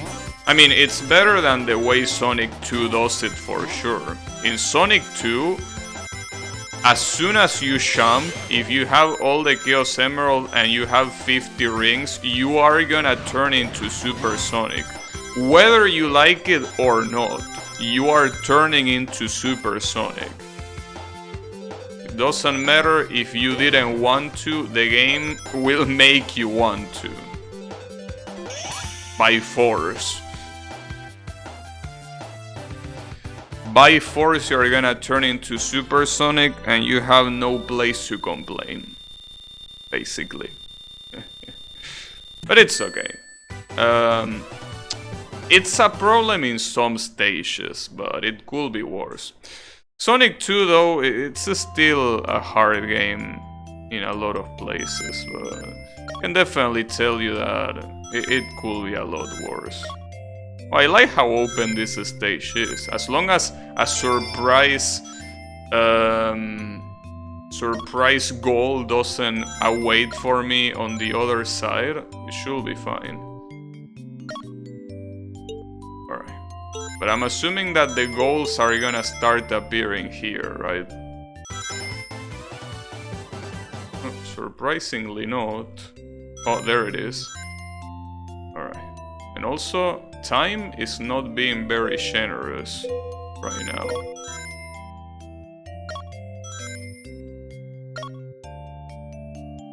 Ah, fuck me.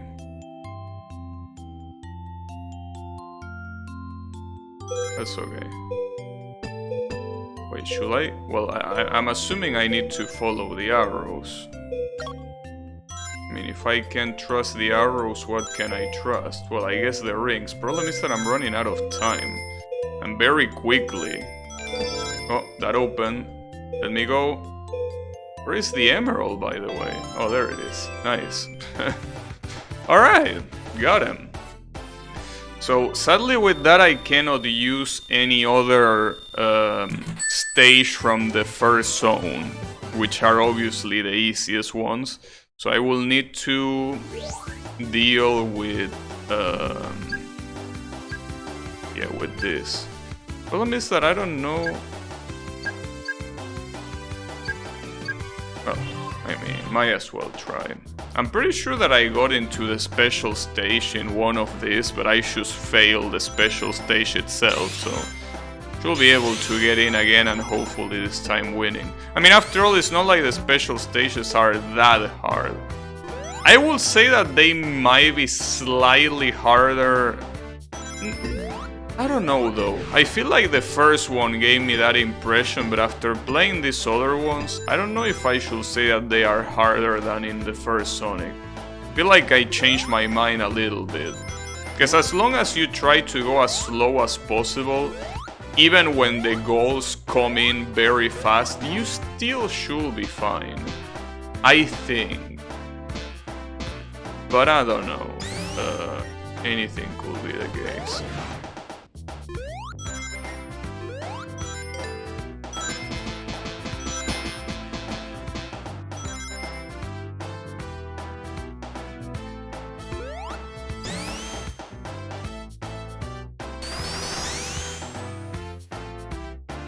And after this one, there is only one more emerald remaining. At least it will be this stage and another stage, and that's it. Well, then obviously repeating the last stage. Well, the final boss, I mean. I also remember someone mentioning about this game an episode medal that apparently had Metal Sonic in it. I don't remember if it is in this game or if it's in the second one. It might be in this game. I don't know if it is the same game, just like with a model swap for Metal Sonic, or what is it.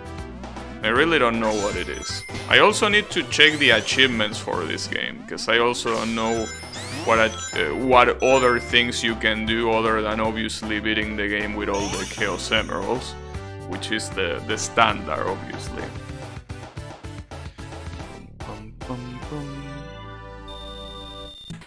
Alright. So let's see, this is the second to last special stage, so I don't assume that this is gonna be fast. At least this time we have, well, time. We have specifically a minute and a half, just like it's normal. You know, that's something that you cannot take for granted in these stages. Wait, where am I supposed to go, by the way? Because I heard a door opening, but... Oh, this door. And why would I want this door? There's something... Well, there is time. Problem is that that time is time that I'm using to come here, so it's not like I'm really gaining time, but it's okay. Alright, where else do I go? This way? Maybe? Oh, there is another door in there. Wait, but you can bypass this door by just going here, what the hell? Oh, and that's another... 14 rings. Wait, this is a labyrinth. Just realize. That's the difficult part about this, that it's an absolute labyrinth. Okay, but I opened that door.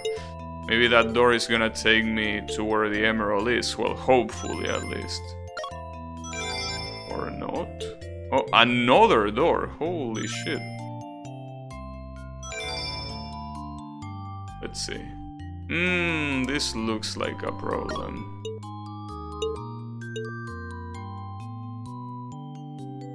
Oh, really? Damn it, I expected something more important than just fucking time. That's okay though. Alright. Wait, there is more rings! Holy shit, I hope they are enough here, because otherwise... Oh, that's where the emerald is, so I need these rings no matter what.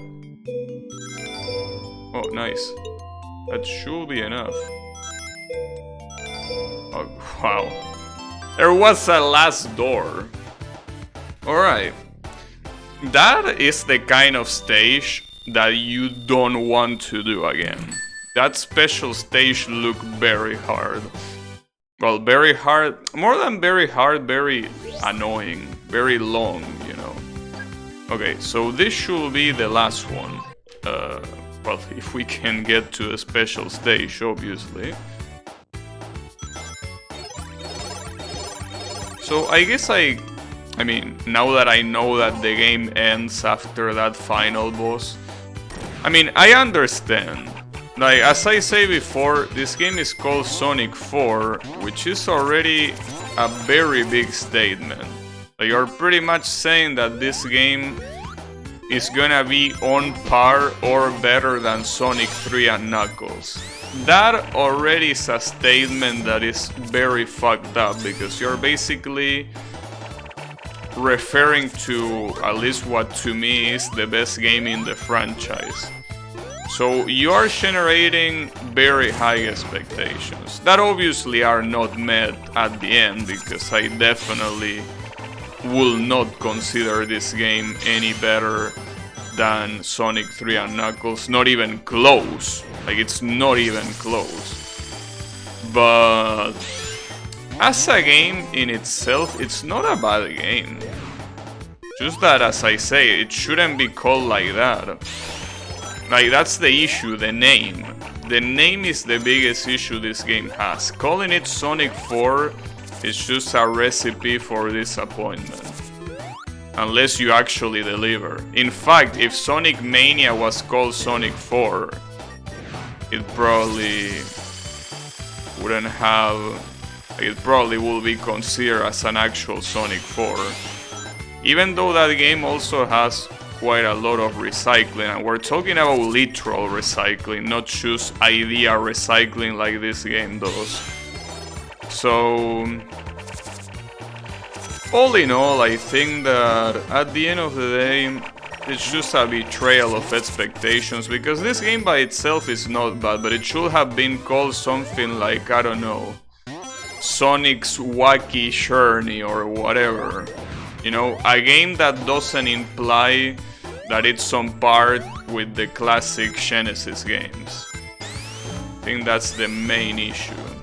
That's the deal breaker. If it wasn't called Sonic 4, I'm pretty sure that most people wouldn't even mind. They will even call this game a good game. But yeah, calling it Sonic 4 was a big mistake.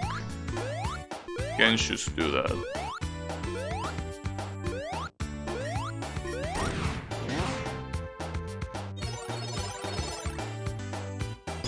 Oh, you need to jump. I was AFK, but I heard everything when you say, let's just get the emeralds now. I'm thinking like a programmer. Oh, why do the same thing twice? Well, I don't think that's thinking like a programmer. I don't think that when it's something that you don't really feel like repeating, I don't think that you should say, I mean, you should never want to do it twice, you know. Oh, that's where I died. That's why I didn't get the special stage the time I played this stage before.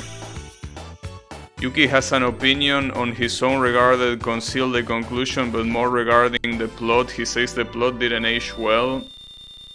Yeah, well, that's the thing. If you ask me about plot regarding Touhou, my question will always, or almost always be, I don't care. Like, if I play Touhou for the plot, I mean, I don't know what I will be doing, really. Because it's like, you know, it's the kind of game that you wouldn't play for the plot, you know. I mean, I don't play games for the plot, period. I never care about plots in games. Or rather, I never gave it the importance over gameplay, you know. In fact, for example, there is a game called Katana Zero. The plot of that game was extremely confusing, and even though I didn't get the true ending, I still don't really understand what the whole game is about. I think that it was a complete mess of a plot. But hey, the gameplay was decent. So I was like, yeah, the plot might fucking suck, but hey, at least the gameplay is pretty cool. And yeah, when it comes to Touhou, plot was never what attracted me to Touhou. What attracted me to Touhou was something that, funnily enough, I think that also attracted a lot of other people to Touhou. But give me a second, because this special stage is actually hard, so...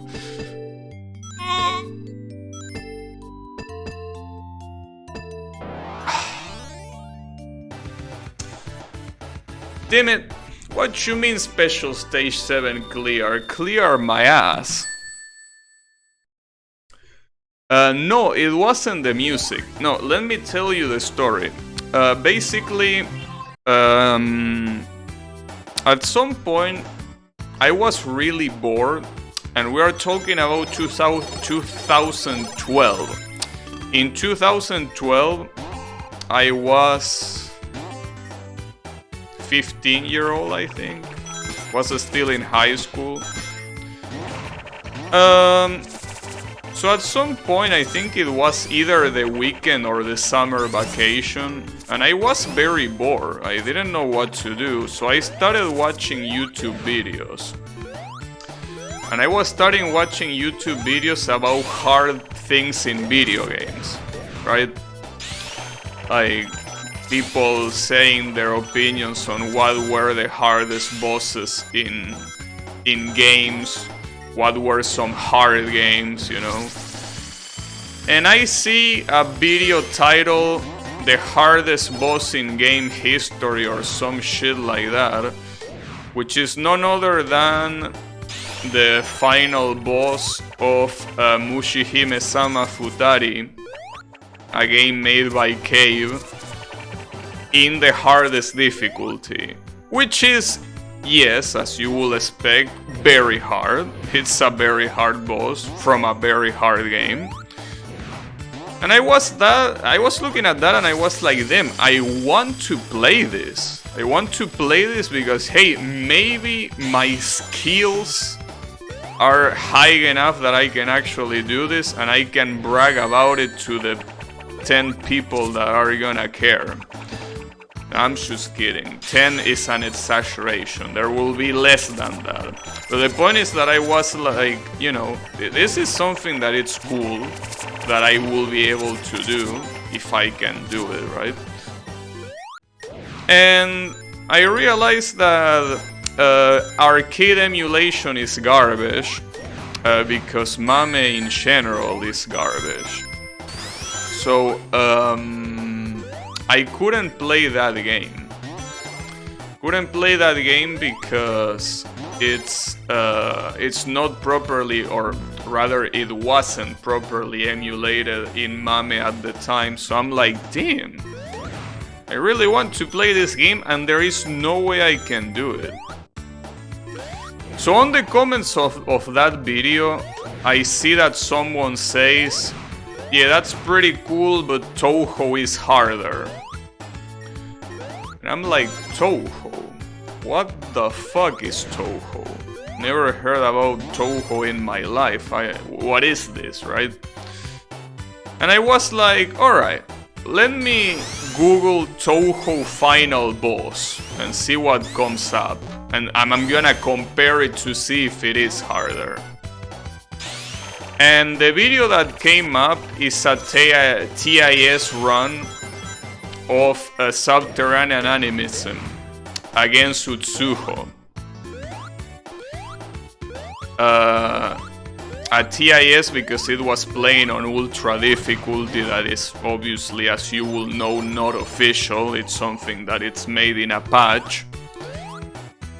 So, in that patch, obviously the patterns were extremely difficult to the point where they were pretty much impossible. That now you look back at that and you are like, this is absolute garbage. But at that point in my very little mind, I was like, damn, this shit looks sick, and the music is very good too. Obviously Utsuho's theme, right? And I'm like, alright, can I play this game since I can't play Mushihime-sama, right? And yeah, I can play this game. This game runs on Windows and it can run in a potato too. And the rest is history, basically. I don't think I need to tell you the rest.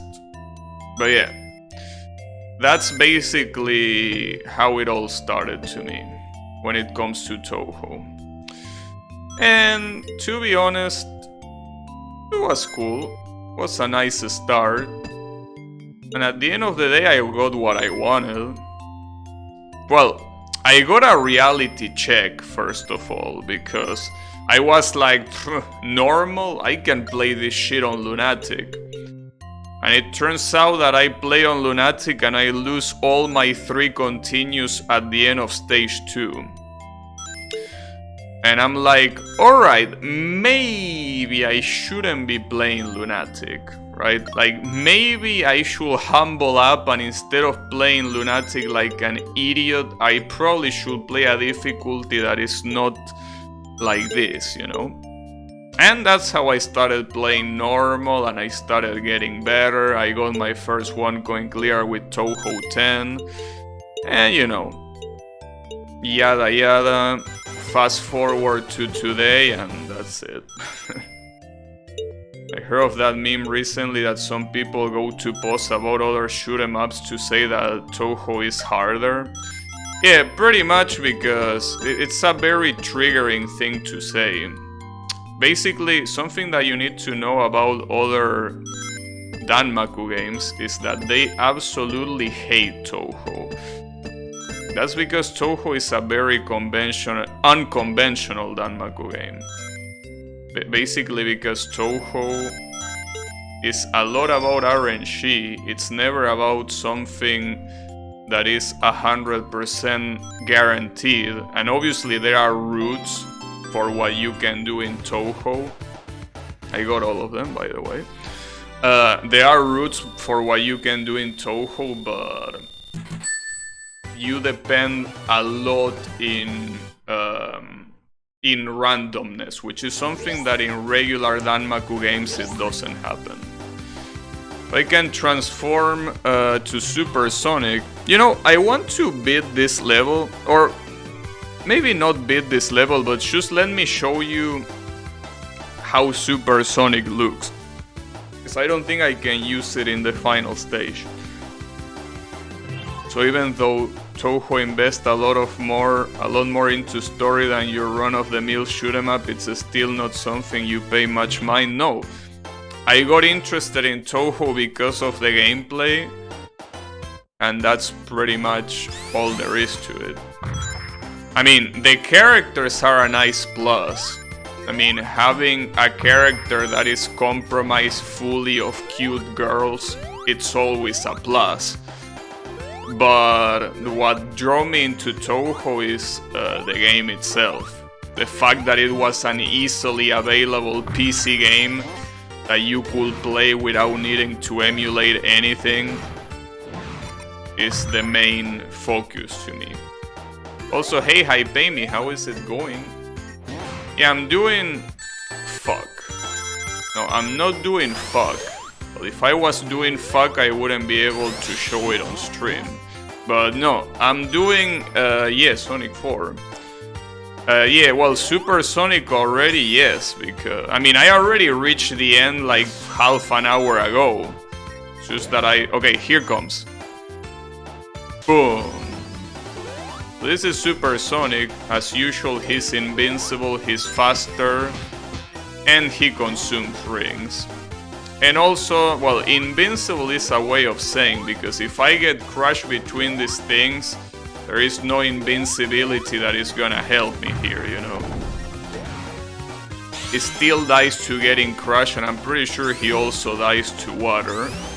So yeah, he's only as invincible as he wants. But yeah, it's still cool. Do you know the average shoot 'em up has less RNG than Touhou? Yes. The average shoot 'em up is highly memorizable and rootable, and as long as you follow the route, there is some RNG, but it's usually not as fucked up as it is with Touhou. Touhou RNG goes overboard. It has a lot of RNG. To the point where sometimes a spell card can be insanely hard or super easy solely depending on RNG. That's something that doesn't really happen in traditional shoot 'em ups, or at least doesn't happen very often. The Sonic Dragon? Yeah, Dragon these nuts. A lot less? Yeah, a lot less. It has a lot less. Damn, I can actually jump up here now. That's fine. It has a lot less RNG than Touhou, the traditional Danmaku games. But yeah, that's the reason why traditional Danmaku players think that Touhou is absolute garbage. Because it's just it's a complete different way of playing. It's a complete different scope. If you're playing Touhou, you're playing something very particular. You're playing a traditional Danmaku game. You're pretty much playing like traditional Danmaku games are a lot closer to what a speedrun is in general terms, obviously. Some speedruns do require a lot of RNG, but the point is that it's a lot more relatable and a lot more familiar than Touhou. Touhou just goes very overboard with the RNG. Point. This is the first time Supersonic was playable in a normal stage? No. That's not the case. Supersonic has been playable since Sonic 2 on the Sega Genesis. Are you stone hype, Amy? Like, all the way back in 1992 when that game released, you could use Supersonic in a regular stage. Oh, since 3 and Knuckles? Good question.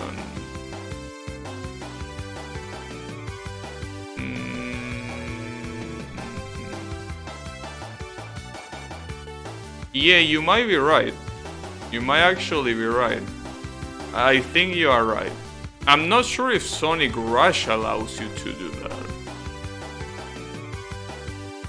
But yeah, you are right that that could be the case. You might be right. Well, in that case, it's time for the... Here are all the special stages. Okay, it's time for the final boss then. Remind you to clip. Man, my memory sucks.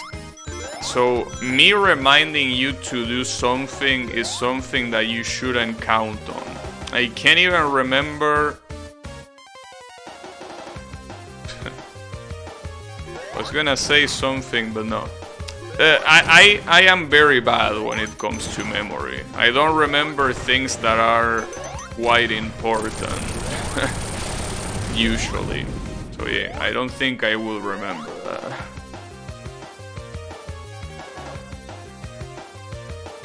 I still hold that this game is just an overblown mobile game.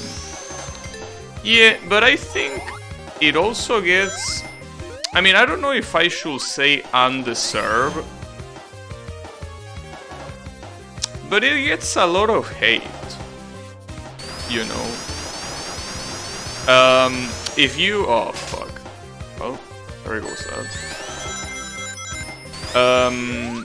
If you look at the Steam reviews for this game, half of the reviews are negative and half of the reviews are positive, which is something that is only reserved for games that are especially bad. This game is not bad, it's just that, as I said, calling it Sonic 4 is a terrible mistake. But is it really that big of a mistake that half of the reviews are negative? I feel like that's a little bit unfair. That's a little bit unfair. But you know, that's fine. I mean, it's whatever.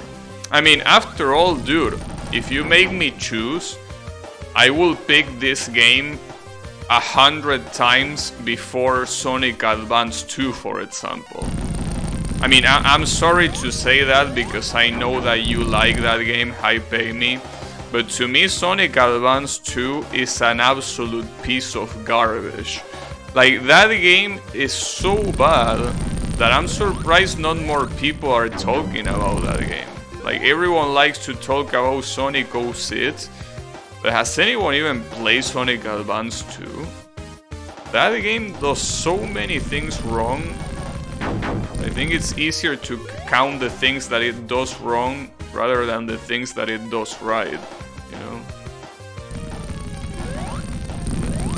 So if you make me choose between this game or that game, without a second thought, I pick this game. Oh, ooh, that was close. This game biggest sin is being called Sonic 4. This is in no way a sequel to... Yeah, you mean to Sonic 3. Yeah, obviously it's not a sequel to Sonic 3.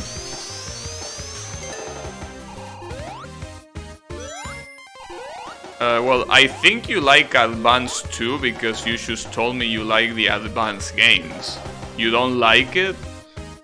Well, hey, if you don't like it, then that's a lot better because I can talk a lot of shit about it without feeling bad. So yeah, alright, well, thanks for telling me that. So yeah, I can proceed to talk about how much that game fucking sucks. That game... Like, if that game was on Steam, it will deserve the same or even worse reviews than this game. It's just insane. The undeserved hate that this game gets when there is a game like Sonic Advance running around not getting hated enough. How can we allow Sonic Advance 2 to run around not being hated? That's unacceptable. We need more people to hate that game. We need more hatred. But there is not enough hatred. Instead, all the hatred is focused on this game. Yeah, as you say, this game's biggest sin is being called Sonic 4. But is that really enough of a reason to discredit this game that much? Because that really is the only problem. That's the only problem. Otherwise, this game is really good. This game... maybe really good is an exaggeration. It's good, right? It's a good game. Let's not go overboard. It's a good game. But yeah, definitely doesn't deserve the hate. But you were saying, oh, generally not caring about stories in games. I guess that tracks with the kinds of games you play. I presume the opposite also holds true as a result, that you tend to not be interested in games where the main draw is the story. Yes, you will probably never catch me playing a visual novel. You will probably never catch me playing the Telltale games. So like you wouldn't bother to have a look at The Last of Us. Ooh. Ooh. Damn. You had to mention The Last of Us. I have some things to say about The Last of Us. I played that game, the first one that is. I played the first The Last of Us game. Man, I can't believe it. It's amazing. You are very good at triggering interesting topics. It seems like that's an ability that you have, and I really like that. I like that people are able to create interesting topics out of thin air. I like that. Yeah, The Last of Us, huh? The Last of Us, well, let me tell you a little about the game that I played before The Last of Us. You know that Last of Us is made by Naughty Dog, right? Naughty Dog is a company that makes games, I'm pretty sure, since PlayStation. I don't know if they made games before, but basically the most known game, at least from back then, is Crash Bandicoot. I'm a very high Crash Bandicoot fan. I like those games a lot. So, when I realized that Naughty Dog were releasing games for PlayStation 3, in this case Uncharted, I was like, with my sister, because my sister is also a very big Crash fan. We both like Crash a lot, so we were like, okay, this Uncharted game is made by the same people that made Crash, and we were like, well, let's play this game, and we like it a lot. The first Uncharted, it was a very cool game. It had amazing graphics for the time, and the gameplay was pretty fun. It was basically a third-person shooter where you had to shoot at a lot of people. Very arcadey game that had focus on the story and the characters, but it wasn't the main focus. Or I guess you could say it was part of the main focus, but it's a game that on its own could stand for itself. It was a game where the gameplay was very fun to play. Like, it was just fun to use a gun in that game and kill multiple enemies at the same time, you know. And on top of that, you had a story that, you know, made the game more interesting, right? So we like Uncharted a lot, and we also like Uncharted 2 and 3. Especially 3. We play the online of Uncharted 3 so much. It's a game that we played countless times, the online. It was an amazing game. And the funny thing is that in the online of Uncharted 3, there was something in the bottom right of the lobbies called Uncharted TV. that a lot of times they will just post a compilation of good plays from the community, right? So, with all this in mind, once in that Uncharted TV, there was an announcement about a new game made by Naughty Dog called The Last of Us. So we were like, damn, they are shilling this game a lot. We are seeing this game even in the soup. It was being advertised so much that at one point we got tired of seeing The Last of Us there. It's like, yeah, we get it, you're working on a new game called The Last of Us. Yeah, pretty nice, can you stop telling us? We don't care. Well, eventually The Last of Us released. And we bought it, because it's like, I mean, it's a game by Naughty Dogs, so...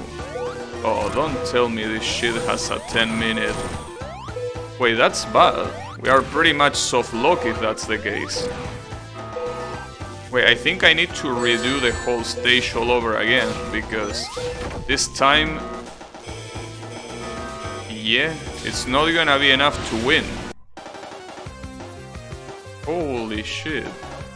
Oh, at least they... Okay. At least they completely reset the timer. Okay, that's pretty nice of you, game. I like you for doing that. Anyways, back on topic. The Last of Us releases, we buy it. And the game was so much of a pain in the ass to play compared to Uncharted. Like, it was so slow.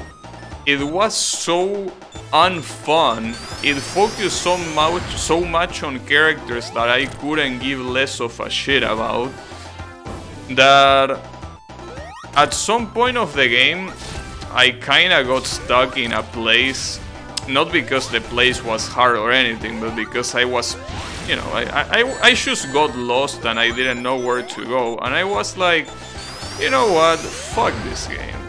And I stopped playing it, pretty much. In any case, yeah, sorry to tell all this story that probably had only like 1 minute of necessary explanation to say why I don't like The Last of Us.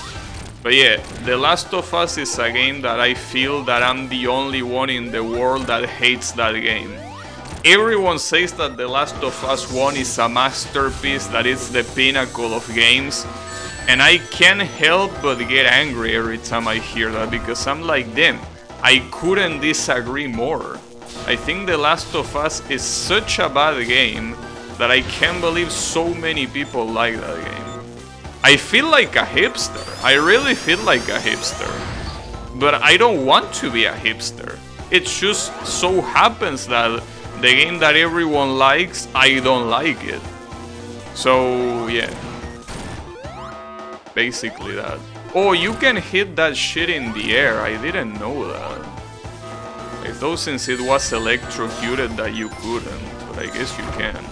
My bad. I think advanced games are okay, but all of the advanced games should have the shittiest special stages. Yeah, but as I say before, Sonic Advance 2 wishes that its only problems were the special stages. If those were the only problems, I would probably even like the game, but that's clearly far from being the only problems that the game has, unfortunately.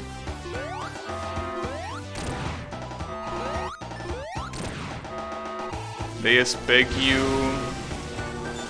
to time the falling arm when it's not electrocuted. But I'm pretty sure that I hit the arm while it was electrocuted and it worked nonetheless.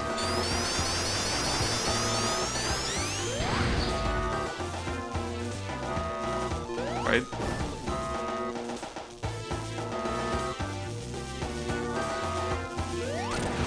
Reminds me of the time I mentioned missing power and you explain your problem with Tassofro, and I mentioned Mega Mari. You know, there are some terms that are quite PTSD triggering on me. And yeah, saying things like Tassofro, Mega Mari, The Last of Us, Dan Makufu games, like all of those things are things that I feel so strongly about that it just makes me want to like say a 2,000 word essay just to explain why I fucking hate them, you know? But yeah.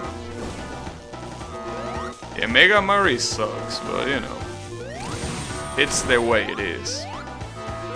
Oh, also, speaking of sucking, can you tell me if you remember Hype Amy what I'm supposed to do when the... Here, what am I supposed to do here? Am I supposed to hit him? I think I am, right? Fuck, it was too late, unfortunately. Am I supposed to hit him there? Before the floor falls? Because that's the second time I died to that, and I don't know what to do, but I think you're supposed to hit him, right? Because I don't think there's anything else you can do. Because you can't even exit through the right side, so I think you're supposed to hit him before the floor falls, right? Homing attack him? Okay, gotcha, thanks. I thought so.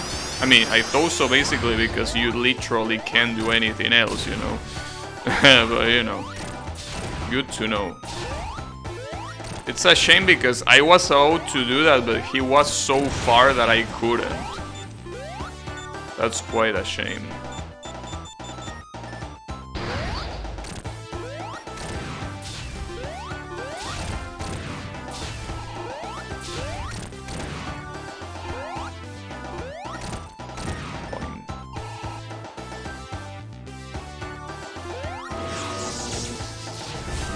At least I'm being able to kill him faster.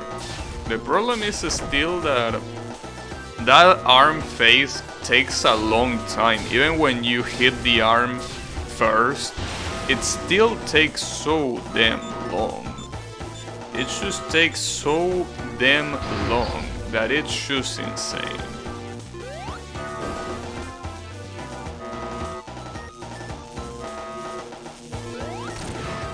Also, you don't even need to time the arm right there.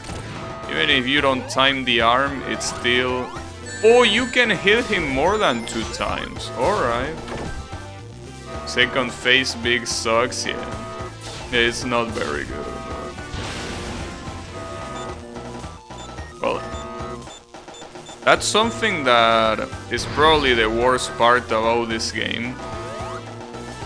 That the bosses are pretty much all recycled from... I mean, the idea of the bosses is recycled from previous Sonic games.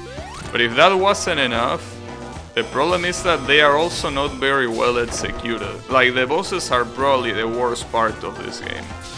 Just like I think that they are the worst part in Sonic Rivals 2. Sonic Rivals 2, I think the worst part of that game are the bosses, with the exception of the final boss. But yeah, in this game, the worst part, I feel that it's clearly the bosses. You ever play Pokemon Mystery Dungeon? No, but I played Genso Wanderer, which is pretty much the same thing but with Toho characters. And it wasn't bad, it's just that at some point there was a dungeon that was a little bit hard and I never beat it and I kinda stopped playing. But it's a cool concept. The concept of like a roguelike when every single move basically changes the turn. I like that concept. I never played Pokemon Mystery Dungeon though. But you know.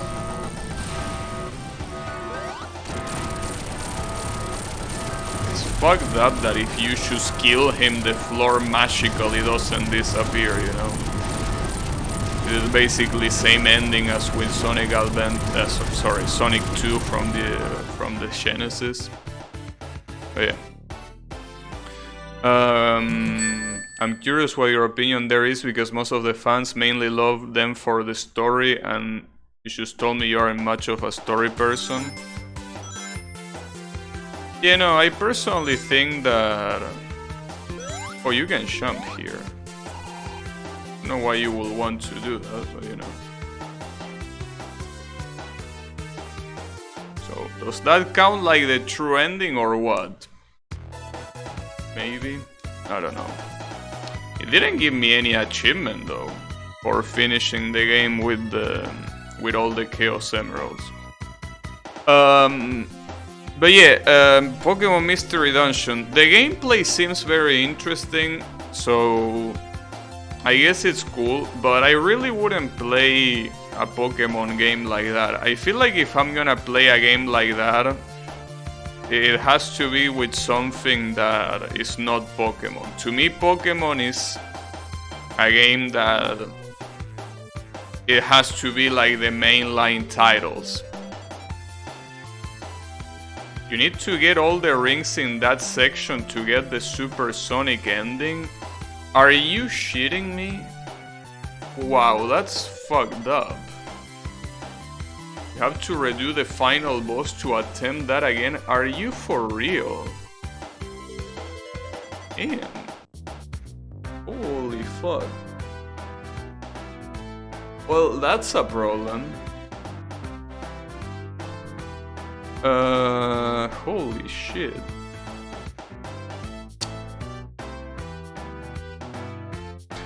I don't know what to say about that, damn. Need to redo the whole final level just for that shit?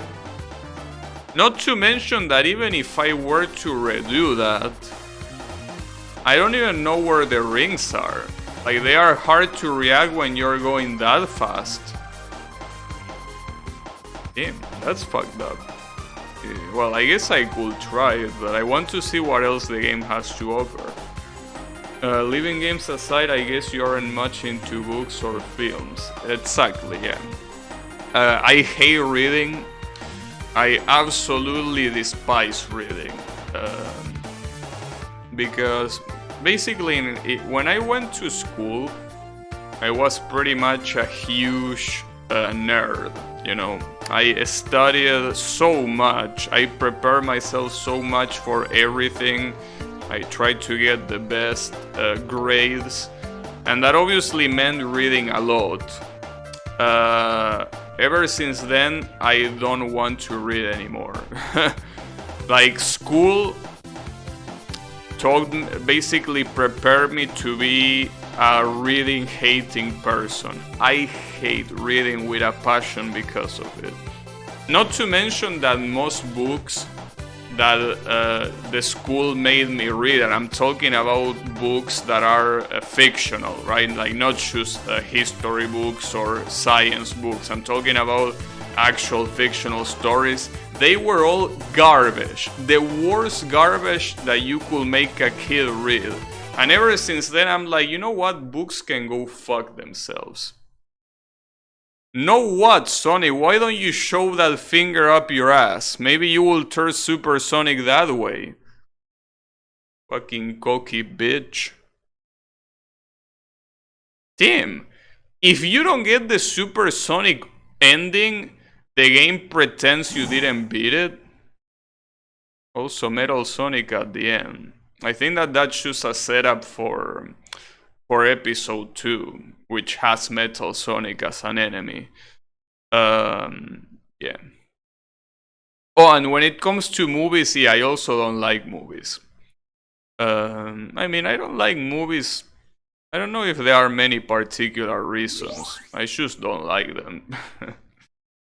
It's just the way it is, you know. Not like I hate them. In fact, there are some movies that I like, but yeah, I don't like watching movies. Wait. Let me check the achievements this game has. Give me a second, because I want to see what else is left to do. And obviously of what's left to do if it's not a pain in the ass to do. Defeat 1,000 enemies. Beat every act as supersonic. Send your best scores and times in every act and phases. get all the rings in the special phase 1, well, I'm assuming it's a special stage 1, and complete the stage. Accumulate 99 lives or more. Beat Act 1 in Splash Hill in less than 1 minute. And beat Egg Station without receiving damage. Well, at least there is not a single achievement that says getting that supersonic ending. You mostly were supposed to grab for reading. Yeah, it was like the most garbage that I could imagine, pretty much. The same, wait, let me tell you this later. First, let me ask you something. What's episode metal? Because I'm curious about that. What is it? Like, is it something that I can do in this game, or where does it come from? Because I heard you mention that, but I have no idea what episode metal is. Also, I guess I can do that achievement with special stage 1. It says doing special stage 1, collecting every single ring. That's something that I can do. Well, I mean, it's probably gonna be hard, but... yeah. That's fine. I mean, as long as I don't fall into those walls that are a one-way only, it should be fine. A bunch of nothing achievement. Eh, they are okay. I mean, some of them are annoying and I won't do them, but achievements like this one are okay. You know. Oh yeah, what I was out to say, Yokai, is that the same thing happened to me with music. Basically, when I was in school, all the music that I was exposed to was garbage, or at least something that I consider garbage. So for a long time, I thought that I didn't like music either. But it turns out that when it comes to video game music, I love video game music so much. And obviously other types of music as well, but specifically video game music is something that I like a lot, so that's one thing that at least I got cure of, you know, that I didn't hate anymore. Wait, is that enough? That is enough, right? I got every ring. Did I miss something? I didn't miss any ring, right? Why is there no achievement? Am I getting scammed? I'm pretty... oh, there it is. Never mind. There is the achievement. My bad, my bad, my bad. I got impatient. I know that you can't see it, but you know, I basically got the achievement there. If you have episode 1 and 2, you get episode metal in episode 2. Oh, I see. Okay, so it's not in this one. It's on episode 2. Okay, I like that. I like that. Alright. I'm gonna take that into account. Alright. So, what was the other achievement? Well, I mean, accumulate 99 lives. Oh yeah, beating the first stage in less than 1 minute. I mean, I guess I could use time attack mode for this, since I'm gonna try to do it fast. Well, you didn't need to make the timer so big. I mean, I could see it fine before. I'm not blind, thank you. Well, I mean, even if I was blind, I wouldn't be able to see it anyway. So. I don't think this is the... yeah, I think I'm losing a lot of time already. Can I turn into Supersonic though? I'm assuming I can, right? Yeah, I can. Is this gonna be a good idea though? Because transforming already takes some time, but it should be a lot faster. Problem is that 1 minute, dude, that's very fast. Yeah, I don't think I'm reaching the exit in 10 seconds.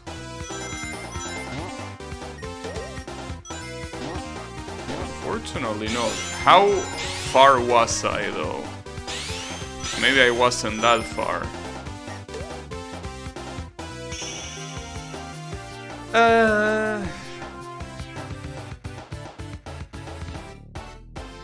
I mean... I don't know what to say. It should be doable, it's just that I need another route. Not that one, that's for sure. And also getting supersonic earlier is obviously gonna help. Gonna make the whole thing a lot faster. Or it should, at least.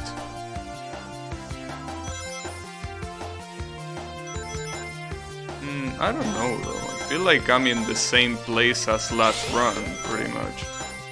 Alright. Yeah, I don't know if the supersonic transformation right there is an actual good idea. Because you lose not only time transforming, but you also lose momentum. It's not a very smart idea, in general.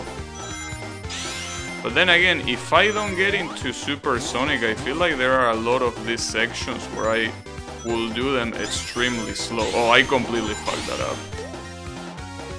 I guess I could have gotten it if I have landed on... Yeah, I could have definitely gotten it. I fucked up because I land down instead of landing up, but yeah. Yeah, the beat every stage as supersonic is not an achievement that I'm gonna do, because it's pretty much doing the same shit that I already did. There is a game you might be interested in, it's called Grease. It's a puzzle platformer. Give me a second. Give me just a second. I probably should retry that though. That start was very slow. It does have a story as a major draw, but there is no dialogue. The story is shown implied entirely through gameplay itself and a very short cutscenes. I'm gonna look into it if I remember. Problem is that, as you might know, my memory is trash, so I most likely won't remember it. I will tell you to ping me on Discord, but I don't think... Well, obviously you don't have my Discord to do that. Well, hi pay me, why don't you ping me on Discord? About Grease.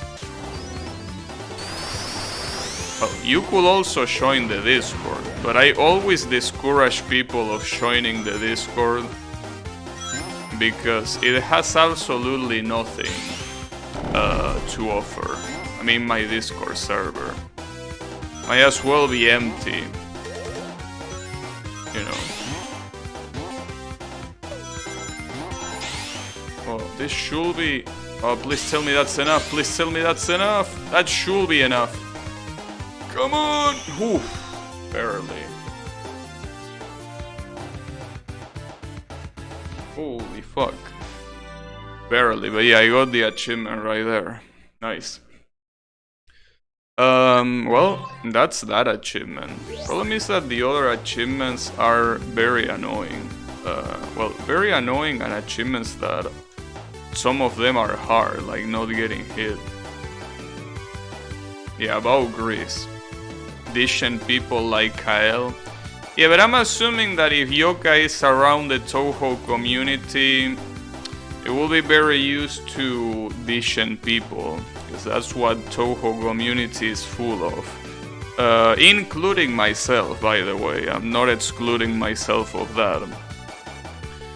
Yeah, I think the remaining achievements... Well, I guess I could try beating every stage as supersonic. I don't know if that's gonna be a good idea. I also don't know if it's gonna count if I do it in time attack mode. Maybe it will, maybe it won't. Yeah, the lives, I know that I can do it very easily. That's not a problem, but... Yeah, wow, that's very bad. Yeah, for the achievements. Gabi's saying the things... I'm pretty sure a lot of people in the Toho community are self-aware that they are absolute degenerates, you know? I mean, you gotta understand that a lot of people got into Toho not because of the gameplay, you know, and not because of the music either. So, I mean, of course.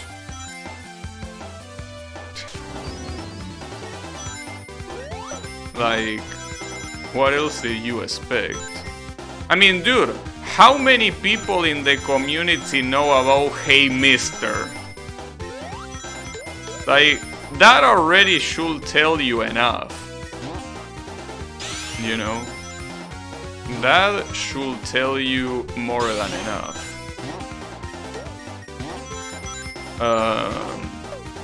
But yeah, again, I'm not pretending I'm not a degenerate. So, you know, it's okay. Just that the degenerate thing came afterwards. I don't, so it doesn't tell you anything. What is Hey Mr. Streamer? Damn, I'm glad you asked. Do you want me to tell you what it is? Well, to put it in a non-rough way, let's just say that it's well, first of all, it's a doujin manga. Like let's first define what it is. It's a doujin manga, so basically a manga that wasn't published by any big company. Instead, it was self-published. That's why it's doujin. So what is the manga about? Well, it's obviously about Touhou, that much is clear. But what is the plot of the manga? Well, let's just say that there is this character that you might know called Remilia. And Remilia basically hears from her sister Flandre that, you know, she brings a very suspicious topic, right? And she tells Remilia, hey, don't you know about this stuff? And Remilia is like, yeah, of course I know about this stuff. But it turns out that she didn't know about that stuff because she's, let's just say she's a pure maiden, right? Wow, that was pure bullshit, speaking of pure. Holy fuck. How was that a dead? I mean, I see how that was a dead, but holy shit. That was bullshit. Anyways, sorry, my bad, I got sidetracked. Anyways, Remilia turns out that, according to the doujin, she's a pure maiden and doesn't know about those very suspicious topics. So basically she's like, alright, you know what? Fuck, not literally, fuck my sister, I'm gonna show her who knows about shit. Not literally. Like the literal fuck doesn't come yet. So basically she goes out of the mansion to the human village and asks a random person, a random man. He says by grabbing his pants, hey mister. Well, do you want to, you know? And I guess you can guess the rest.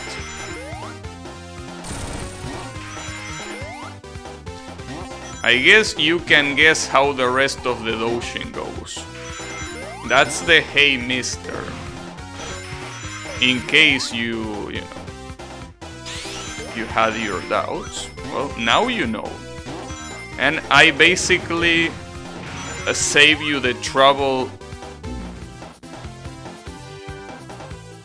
I basically save you the trouble of reading it. So you know.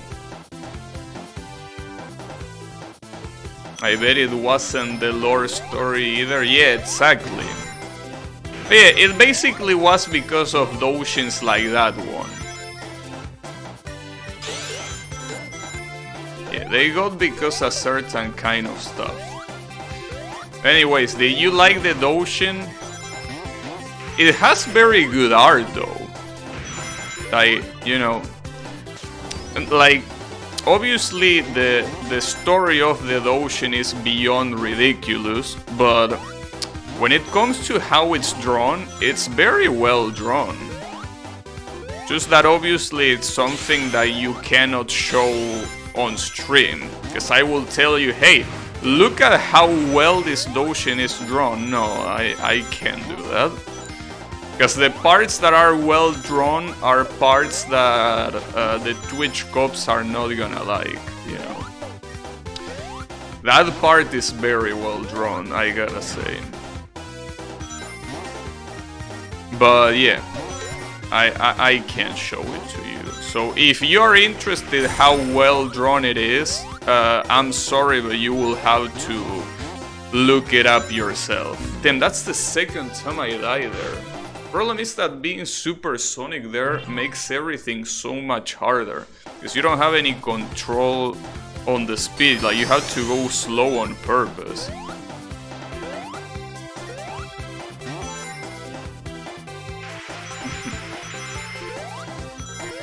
Yeah. I know.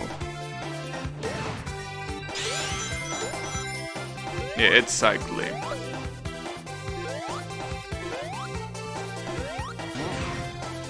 Exactly. I think that's the best way I could explain it without going into specifics. But yeah. Now the problem is that I don't even remember how the Doshin is called, so if you want to read it, unfortunately, I don't know how. Well, I mean, you can just Google, hey Mr. Doshin, and you will see it. It's not that hard. I mean, there are gonna be results of that, that's for sure. There is also an ID in a certain website, but I don't even remember the ID. So, I mean, a lot of people remember it, but you know that my memory is not very good, so I don't remember it. But yeah, point is that, you know, it's interesting, to say the least. Am I gonna die again? No. Alright. Alright, I'm gonna go slow here, because this is where I normally die. Well, one of them, the initial deaths was already avoided, but not all of them. Alright, I avoided that. Nice! Good shit. Nice. But yeah. Though, you probably want to read the Doshin when nobody is around. Hey Mister isn't the name of the Doshin, it's just the line that it's iconic for, yes. I mean, the line is iconic basically because of what comes afterwards. Like, the full phrase is, hey Mister, comma, do you want to... And it's very explicit, you know. Like, I don't think I will be able to explain that without outright saying it. Let's just say that she should say, hey mister, do you want to copulate? But with different words. But yeah, that's why it's popular for. As I say before though, I don't know the name, but I'm pretty sure you can Google it and it's gonna show up. I mean, it's one of the most known Doshin games in the whole Toho fanbase. I mean, compared to... I mean, I'm not saying I'm an expert or anything on the subject, but compared to the other Doshins that are Doshin mangas, I mean, that exist in the Toho community, that one isn't really that special. I mean, it's very basic.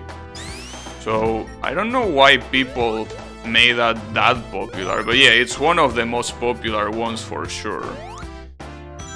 I really don't know why.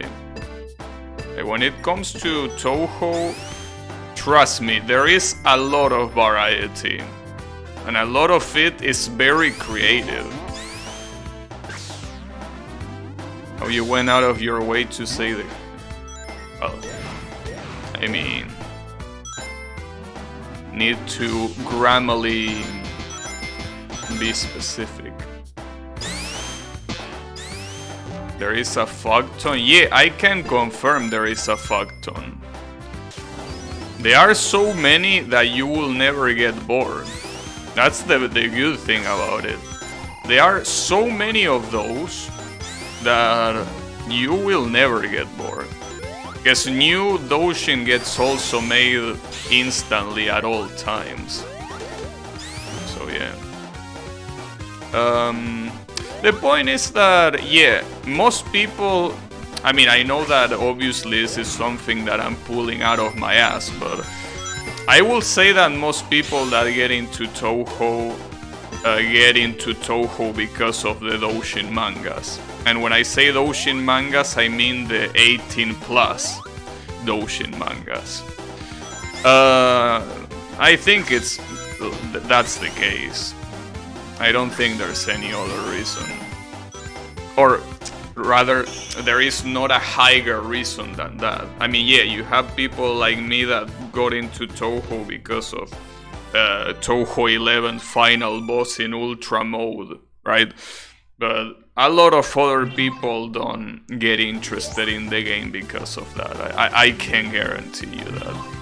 But I don't think it's a bad thing either. You know, I think that it's just as valid to get into Toho because you like the story, that because you like the characters, because you like the music, because you like the gameplay. It doesn't matter the reason, I feel. That's all something that I always say. Doesn't matter what got you into Toho. The important thing is that you're interested in it, and also the important thing is that you act accordingly. So, for example, if the only thing you care about Toho are the Doshins, well, don't come here pretending that you know about gameplay, unless you actually know about gameplay because you actually play the games. But that's my main gripe with some fans. Some fans don't know shit about the games. They talk about the games as if they knew. Because, you know, I don't know, they just like to talk about things they don't know. Well, that's something that applies to a lot of people, not just Toho fans. Would you even say more than every other reason combined? I don't have the numbers. But, well, that also depends on what you mean getting into Toho. If by getting into Toho you mean playing the games, then no. If by getting into Toho you just mean being interested in Toho, as in, you know, quote unquote being part of the fan base, which is not really a term I like. But if you're talking about that and not strictly playing the games, then yes, it's very clear that that's the main reason. It's very, very clear to me. And yeah, more than any other reason combined, I'm pretty sure. But yeah, if you start like filtering the results, then no. If you start filtering and being like the people that play the games, well, no. People that play the games, the majority most likely didn't get into it because of the Doshins. But yeah, if you're talking about anyone, even just people that play the gacha, yeah, I can guarantee you that they got there because of the Doshins. And it's not the only case. I'm pretty sure that in other franchises, like Grand Blue Fantasy or Fate, I mean Fate Stay Night, that's also the reason why. Like, I'm pretty sure that that's the unholy trinity of Doshins. Toho, Grand Blue Fantasy, and Fate. Though I guess you can replace Grand Blue Fantasy for the flavor of the month shit. So for example, you could replace it by something like Kantai Collection, Azure Lane, Genshin Impact even. So whatever flavor of the month shit you can replace it with Grand Blue Fantasy. Oh, Idol Master, how could I forget about that? Of course. Idol Master, that's another good example. But yeah, basically all of those, I can almost guarantee you that the majority of people that got into that is because of the Doujins. Again, I'm obviously pulling that out of my ass and I have no sources. I don't have any proof, but that's just the impression I have. And considering the way that most of them behave, I wouldn't say that it's very far-fetched to think that, you know.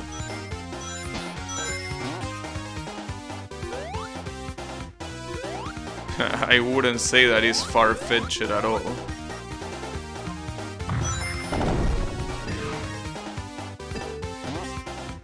Touhou is harder. Well, you know, the interesting thing is that a lot of the Doujins combine the lore that Touhou has established. They combine that lore with stuff that is obviously, you know, with explicit stuff. So that's the interesting thing about Touhou and many others. It's not just that it's a generic illustration with only a character that has Touhou character clothing, but other than that it's completely generic. Like, they actually use the lore established in the games to make the explicit acts even more creative, you know? That's the funny thing. A lot of times that even goes into the realm of comedy. Like, a lot of times it's basically straight up comedy, you know? A lot of times it really is. I mean, you still get the explicit stuff, but the point is that it's so ridiculous that sometimes you can't help but laugh, you know?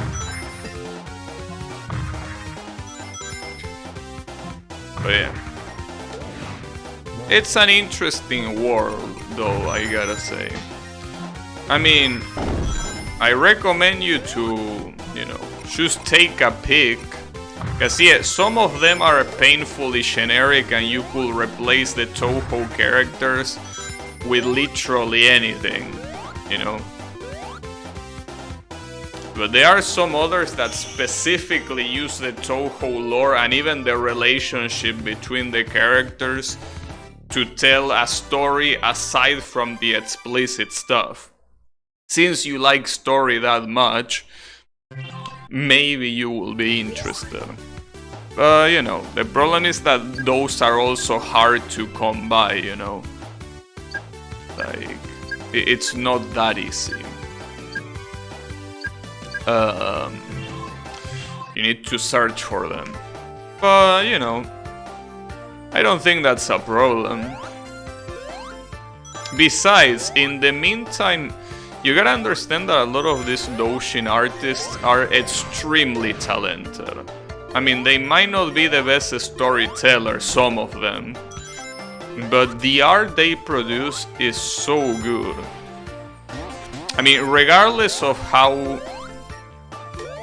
arousing it might be or not, the art itself is very well done. You know, like, it's something that takes its time, takes its work, and it shows.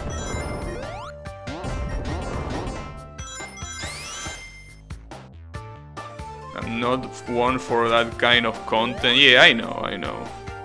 It's something that it's not for everyone. But, you know.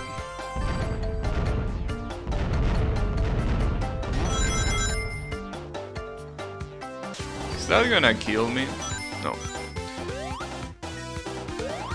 But yeah, I still think that it's interesting, even if you don't use it as... Even if you don't use it as research material, even if you don't use it as research material, I will say that a lot of them are worth on their own. But yeah, at the same time, you obviously need to expect what is obvious that it's gonna happen, you know. I mean, in the story, like, you know what's coming. What's coming figuratively and literally. Sorry, that was very disgusting, my bad. But yeah, the thing is that, you know, as long as you are prepared, it's like when I started playing this game today. I already played this game before, so I knew what to expect. So that's why I didn't get disappointed when I saw how short it is and how many things it takes from the older games, because I was prepared. Yeah, the fuck part doesn't come yet. It doesn't. I could have gotten a lot of points there, that's a shame.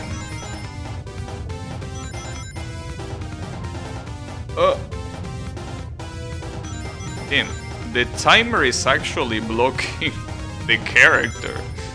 How did they not realize that? It was literally blocking Sonic there. Hey Klonka, how is it going? I'm here rushing through the stages as Super Sonic. I heard great things about this game. Yeah, I know. Yeah, that's the interesting thing about this game. I feel like the hate it gets is completely undeserved. It's absolutely undeserved. Or, like, I understand that the hate comes from the name, but it just doesn't deserve that much hate. That's the problem. Like,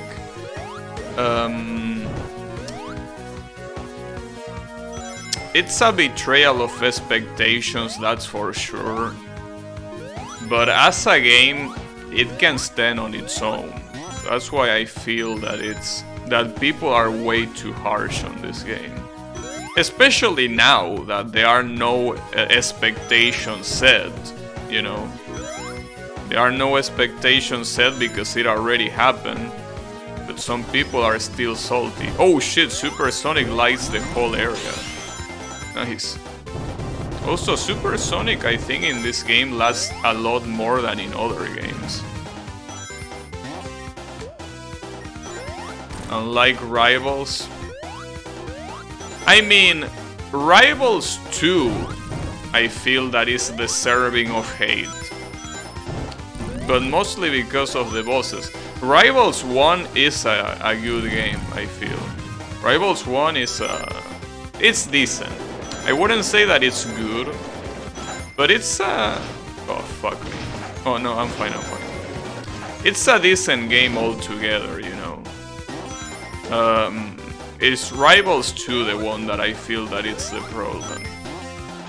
It's the same thing with Sonic Advance.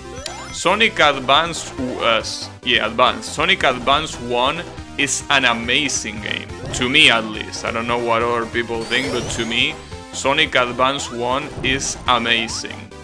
Sonic Advance 2, on the other hand, I think that it's an absolute piece of garbage. That is an insult to the first game. So that's the thing. It's not the series itself, but it's the particular, you know, the particular game in the franchise. Yeah, in this case, Sonic Advance 2 and Sonic Rivals 2, to me, they are fucking trash. I mean, Sonic Advance 2 more than Sonic Rivals. I still think that Sonic Rivals 2, I mean, it's a game that I don't like, but it's a game that I don't feel that much hatred about. It's a game that I'm like, I mean, the bosses are garbage, sure, and there is a lot of very bad decisions and a lot of stuff that if it wouldn't be there, it will make the game better, right? But even with all of that, it's okay, you know? I don't think it's a good game, but it's not that bad. Sonic Advance 2, however, I think that it's an absolute piece of garbage. Like, that game is so bad. The only good thing about that game is that it introduced Cream. Cream the rabbit, you know, the Amy's friend. I think that's the only positive thing about that game. Everything else about that game is so fucking trash.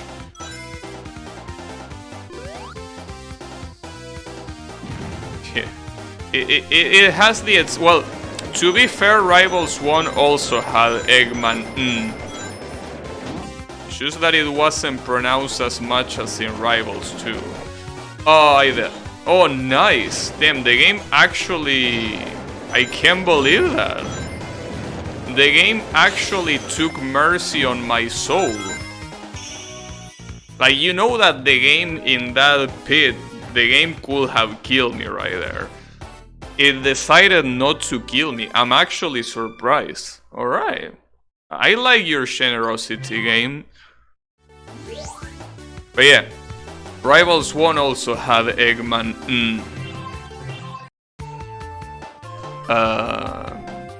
In fact, that's the game he got introduced.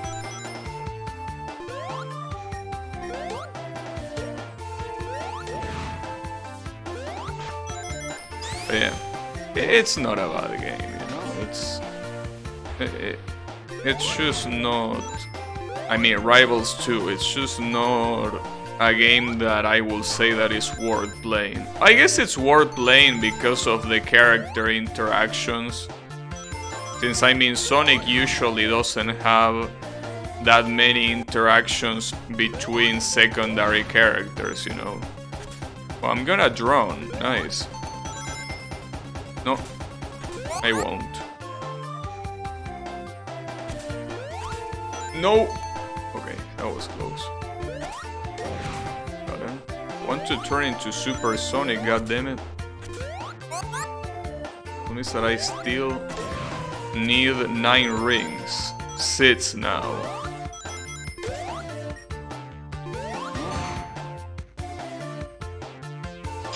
There you go.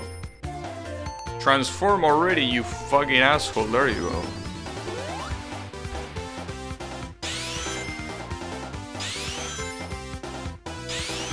Have you done much in the way of playing shoot 'em ups that aren't Toho? I know you play Barrage Musical, but that's all I know. I played a lot of games. A lot of Danmaku games. In fact, I know that for every time that you ask me if I played Ed's thing, I always answer you, check my YouTube. But yeah, if you check my YouTube, there is a playlist called Shoot 'em Ups. If you look on that playlist, I played a lot of shoot 'em ups that are in Toho. So yeah, to answer that question, yes, I played a lot of them. And specifically Mushihime-sama Futari, no, I didn't play Mushihime-sama Futari, but I did play Mushihime-sama, which is the first one. Futari is the sequel. Problem is that the sequel never made it to PC, unlike the first one that did make it on PC and you can actually buy it on Steam at any time. But unfortunately Futari is still stuck in MAME. If you want to play that game, you need to emulate it. And I mean, right now you can definitely emulate it. Like, it's not like back then that there was barely a way to properly emulate it. Now you can do it, but I don't know if I'm that interested in that, to be honest. I mean, it's a very hard game, you know. It's a very hard game, and well, obviously harder than the first one.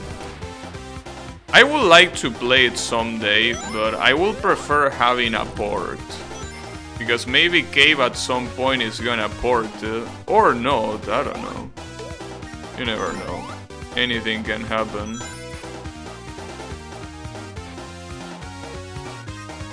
Wait, where am I supposed to go now? Oh, here. Nice.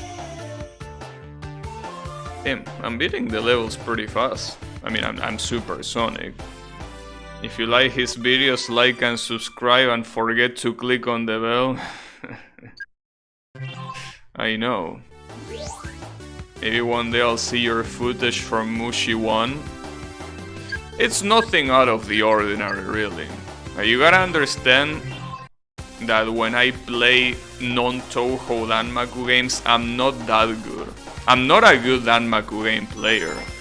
I mean, I'm not even a good Touhou player either. It's just that I can play on Lunatic, but at this point a lot of people can play on Lunatic, so I'm not really anything special at all. But you know, I'm decent, I guess, at Touhou. But yeah, definitely not at other Danmaku games. I'm not very good. And that's because most of them require a lot of routing, and I don't like routing. Have you played Dead Smiles? Yes, I played Dead Smiles, and in fact Dead Smiles is a pretty special game in this stream. Dead Smiles is one of the first games that I remember streaming. Not literally the first one was Mega Man 11, but it's one of the first games that I ever streamed.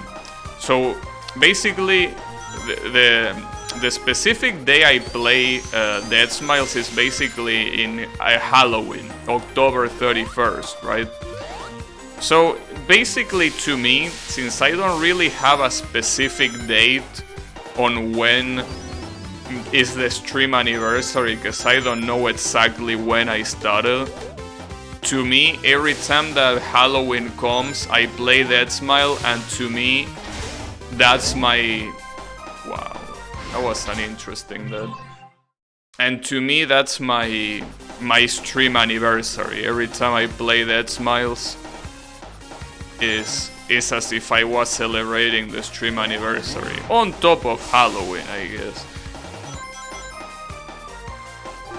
Yeah, I play that every Halloween, indeed. Expecting stuff from Cave. I mean, I did play a lot of Cave games. Well, I wouldn't say a lot, but I play a bunch. Well, on stream I only play the ones that are available on Steam, which are Mushihime-sama, Dodonpachi, Daifukatsu, and Dead Smiles. But, you know. Luna played it once as well. Yeah, I think I recommended Dead Smiles to her. Or I don't remember, really, to be honest. Because if it was a long time ago, so I don't remember. But I think I remember recommending it to her. Oh, expecting the ports? Yeah. Yeah, the ports, I really doubt that they are coming. I mean, the ones that are still not here, obviously.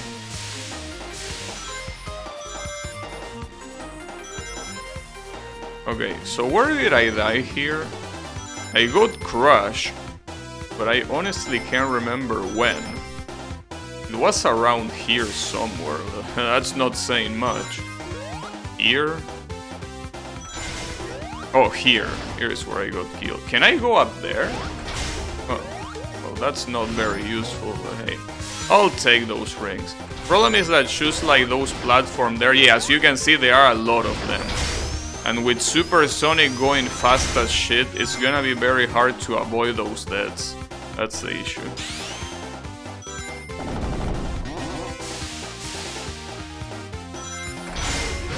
Oh, like for example that.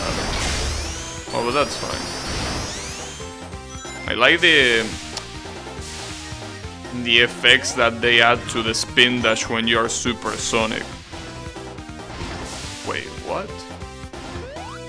Oh, I got scared because I didn't know where the ceiling was. That's fine though. Alright, can you give me the exit though? So I'm getting a little bit nervous. If it's possible.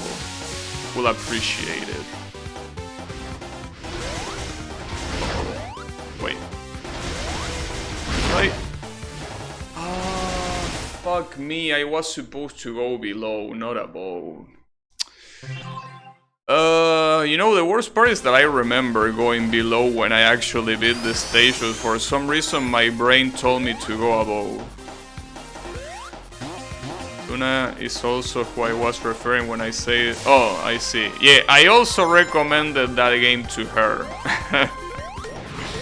In fact, I recommended that game to her, and I told her that the extra boss looks just like her. So yeah, I think both of those games might be my doing. I'm not 100% sure, but they both might be my doing. So yeah. Basically, when I saw the extra stage, I am like, damn, the face of this girl is so similar to Luna. Like, she looks just so similar. And I think when I say that, she kinda got interested and played the game. Well, as I say, I don't know if I was the sole reason, but I remember recommending it to her. They did port some stuff to the Switch. Yeah, but the thing is that they ported the stuff to the Switch because it pays more. That's the thing about Steam. Like, the reason why they don't release the Steam ports is because it's just not... Well, according to what they say that it's not rentable to release on Steam. Like, a guy that is very into shoot 'em ups that also has contact with some of the cave developers told me that for them it's just not rentable because they don't get enough money from Steam sales to justify a Steam port. That's the reason why they release it. They release it on consoles like the Switch. You told her about it too. I told her about that game. I never knew you had done the same. Yeah, maybe we were both the reason. But yeah, that game is amazing. Elegant Impermanence of Sakura. Like, I still think that it's the best Touhou fun game there is out there. I mean, not like I'm a fun game connoisseur, but I mean, for the little that I know about fun games, that's the best of all of them that I played. So yeah.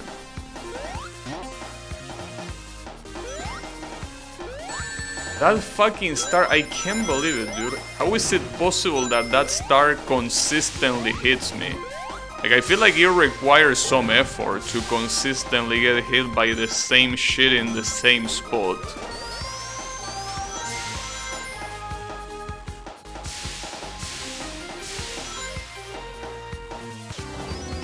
What's your opinion on the FDF games? Fantastic Danmaku Festival. They are okay. I think that they are nothing out of the ordinary, but they are okay. I mean, they do their job, which is being a cool fun game. I don't think it's anything really out of the ordinary. Like, the gameplay itself, I don't think it's that amazing. It's not bad, mind you, but it's not, you know, that interesting to me. And what I don't like is that it's basically supposed to be like a retelling. Well, the first one is a retelling of Embodiment of Scarlet Devil. Or, well, more than a retelling, is it has the same setting. And that's something that I already don't like, because I feel that it's the most unoriginal idea that you could have for a fun game. Touhou 6 has been done to death. Like, that game has been remade by fans so... Oh, fuck me, dude, no. That's fine. That's okay. I'm gonna remember it this time. I swear I'm gonna remember it. I mean, I knew it was coming, but I didn't know it was coming there. I thought it was a little bit later, but no, it was right there. It's okay, don't worry about it.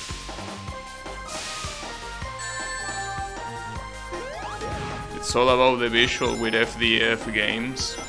I wouldn't say that they don't have any merit gameplay-wise. They are cool games gameplay-wise, especially the first one. I feel like the first one is super good gameplay-wise, but... But yeah, as I was saying before, I don't like the fact that the most generic idea that you can think of, which is doing a Touhou 6 remake or reimagination, is basically what FDF is. Then you have FDF 2, which is Touhou 7, but it's still the same problem. I mean, it might be a little bit more original than doing Touhou 6 for the end time, but I mean, it's still an unoriginal idea.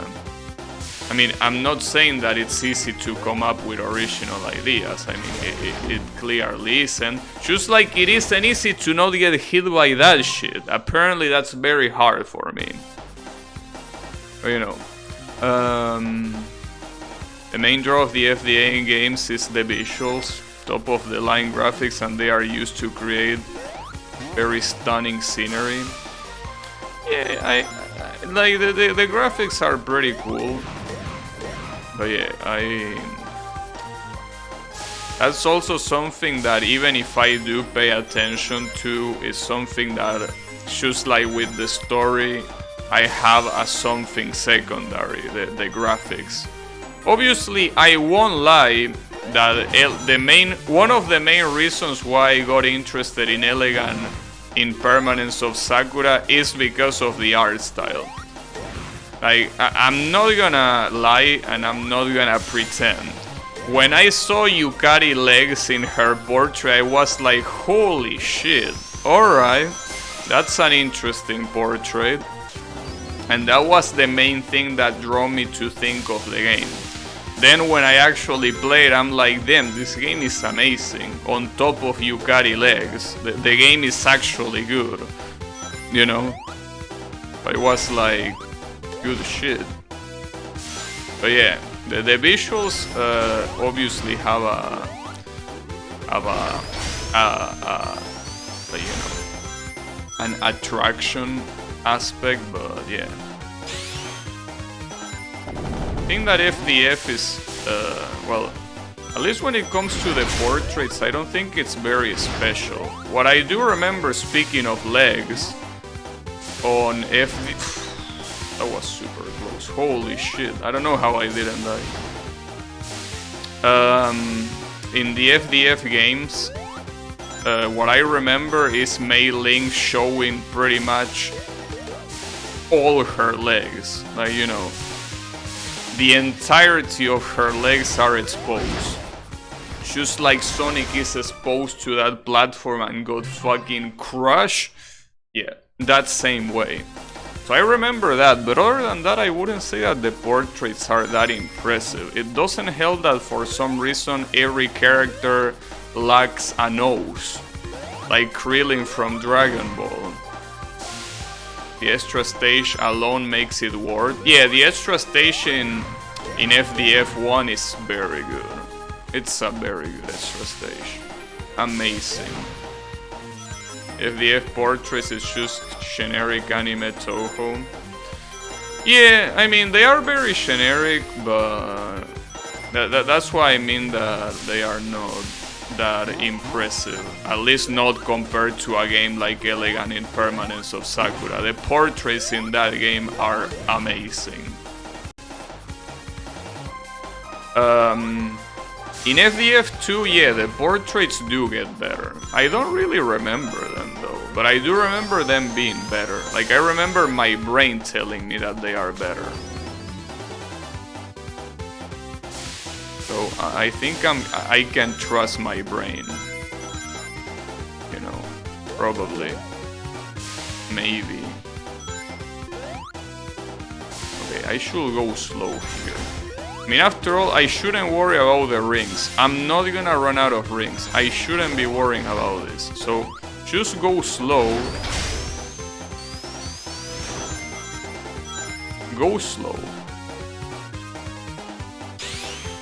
Alright. The issue is when I reach the 2-minute mark. When I reach the 2-minute mark is where most of the platforms that crush me come. So that's exactly the place that I need to slow down. Oh, and also here. I almost fell for it right there. Yeah, I'm not gonna run out of rings. There is no reason to rush this. Just make it slow. It's here, I think, isn't it? Well, I guess after this one. That's the problem. I don't remember exactly where it is. I think it's here, but again, it's just hard to remember exactly where it is. Here? Okay, it's here. So here you need to go all the way. Oh, doesn't let you spin dash though. How am I gonna do that, guys? Wow. Just for that shit is that I didn't beat the stage in all these attempts. I needed to get through that. Just because of that. The bullet patterns in FDF games are stunning too, but of course you are too busy trying not to die. I will say that in FDF 2 they are even more impressive, especially fights like Alice. They look absolutely gorgeous, but yeah. You are too worried trying not to die to appreciate it, you know. Wouldn't say that they are bad though, but yeah. It's just hard because of that.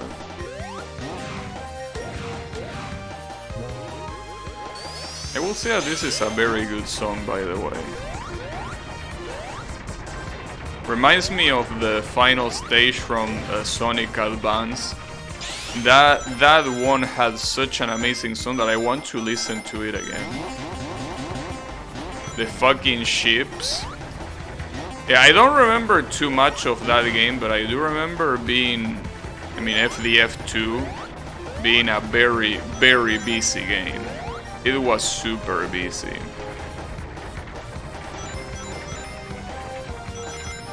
Come on. I need 4 more. That should be fine, right? Yeah, there it is.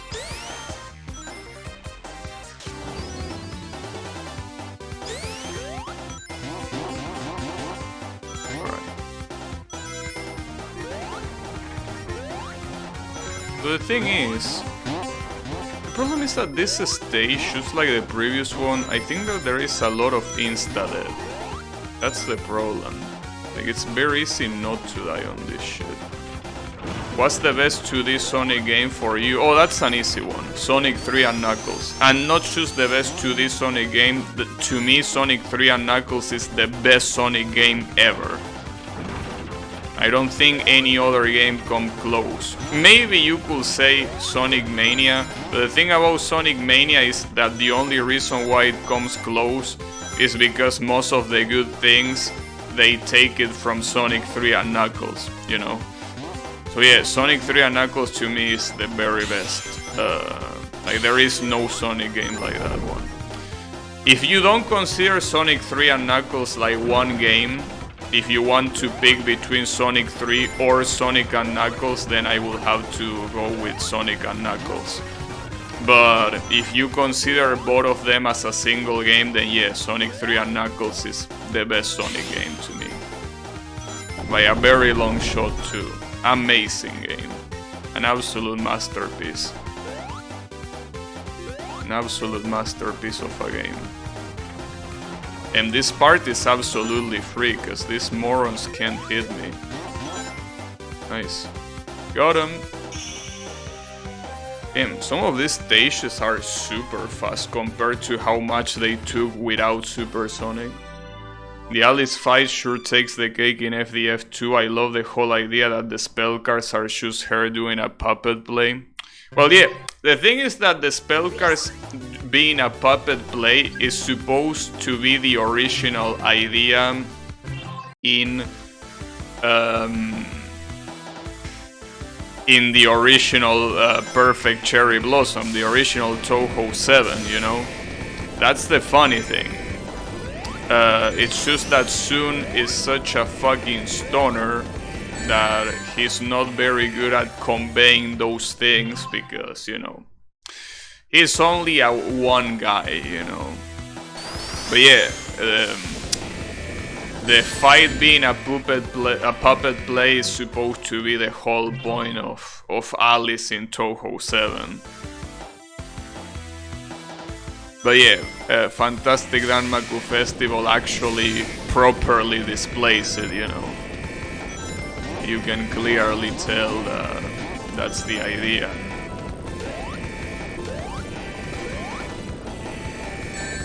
Oh, come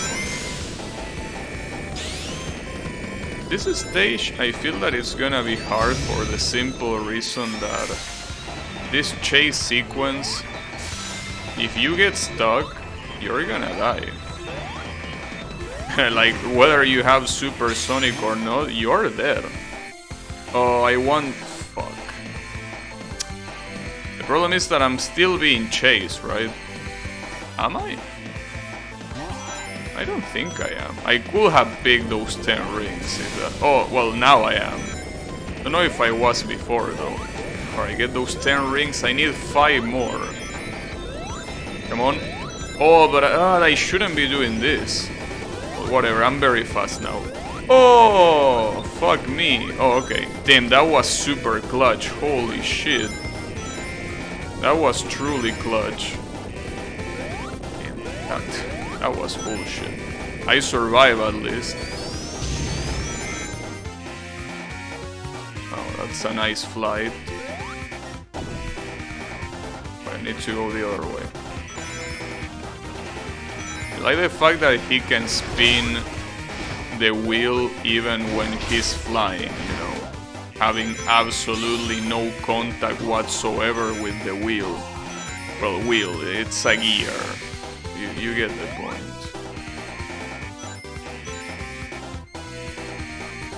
Yeah, I think I'm not being chased right now, but just in case I'm gonna try to hurry.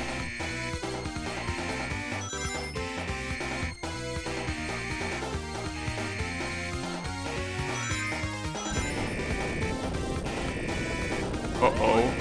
Okay, that's fine, that's fine. It's gonna wait for you, don't worry about it.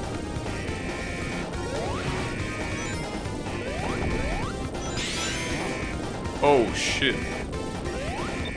Come on.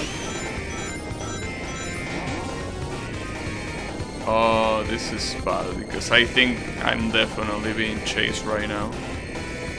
Oh, yeah, I am. Hello. Nice. I got it, and I got the achievement, Yellow Spark. How did I open it? Right next to the wall there was a button on the floor. It was hard to see because it was almost being covered by the wall that was closing in, but it was right there. That's why I got super lucky.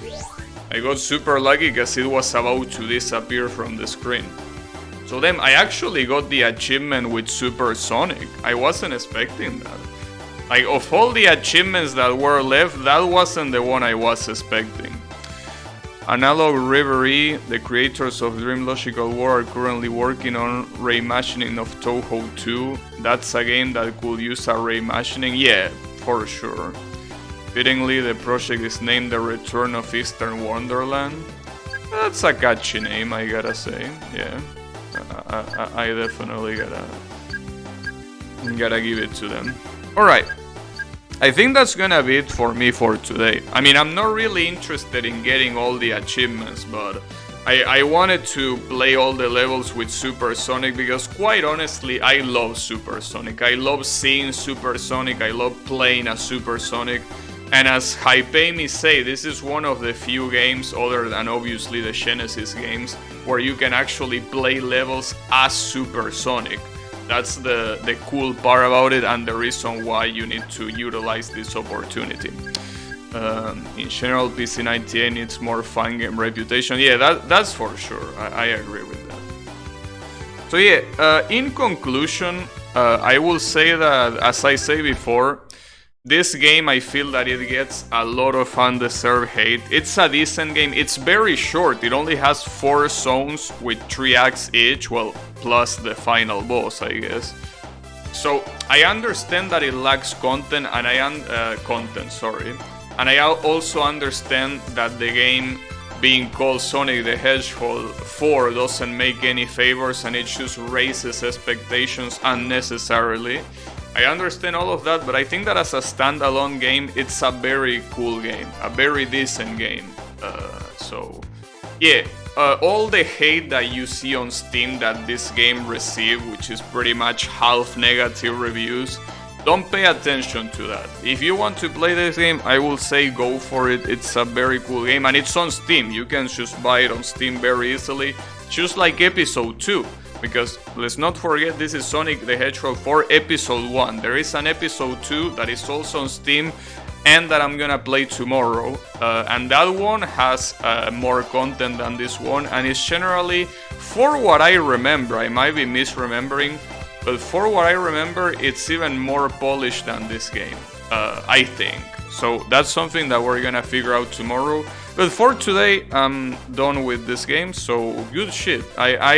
I'm glad that the game actually is very cool to play. That it's something that it wasn't a pain in the ass to play and to stream. I'm glad that I actually had a good time, so good shit on that. So, as always, thanks everyone a lot for watching, and I'll see you on the next stream with Sonic the Hedgehog 4 Episode 2. So, have a good one everyone, and take care.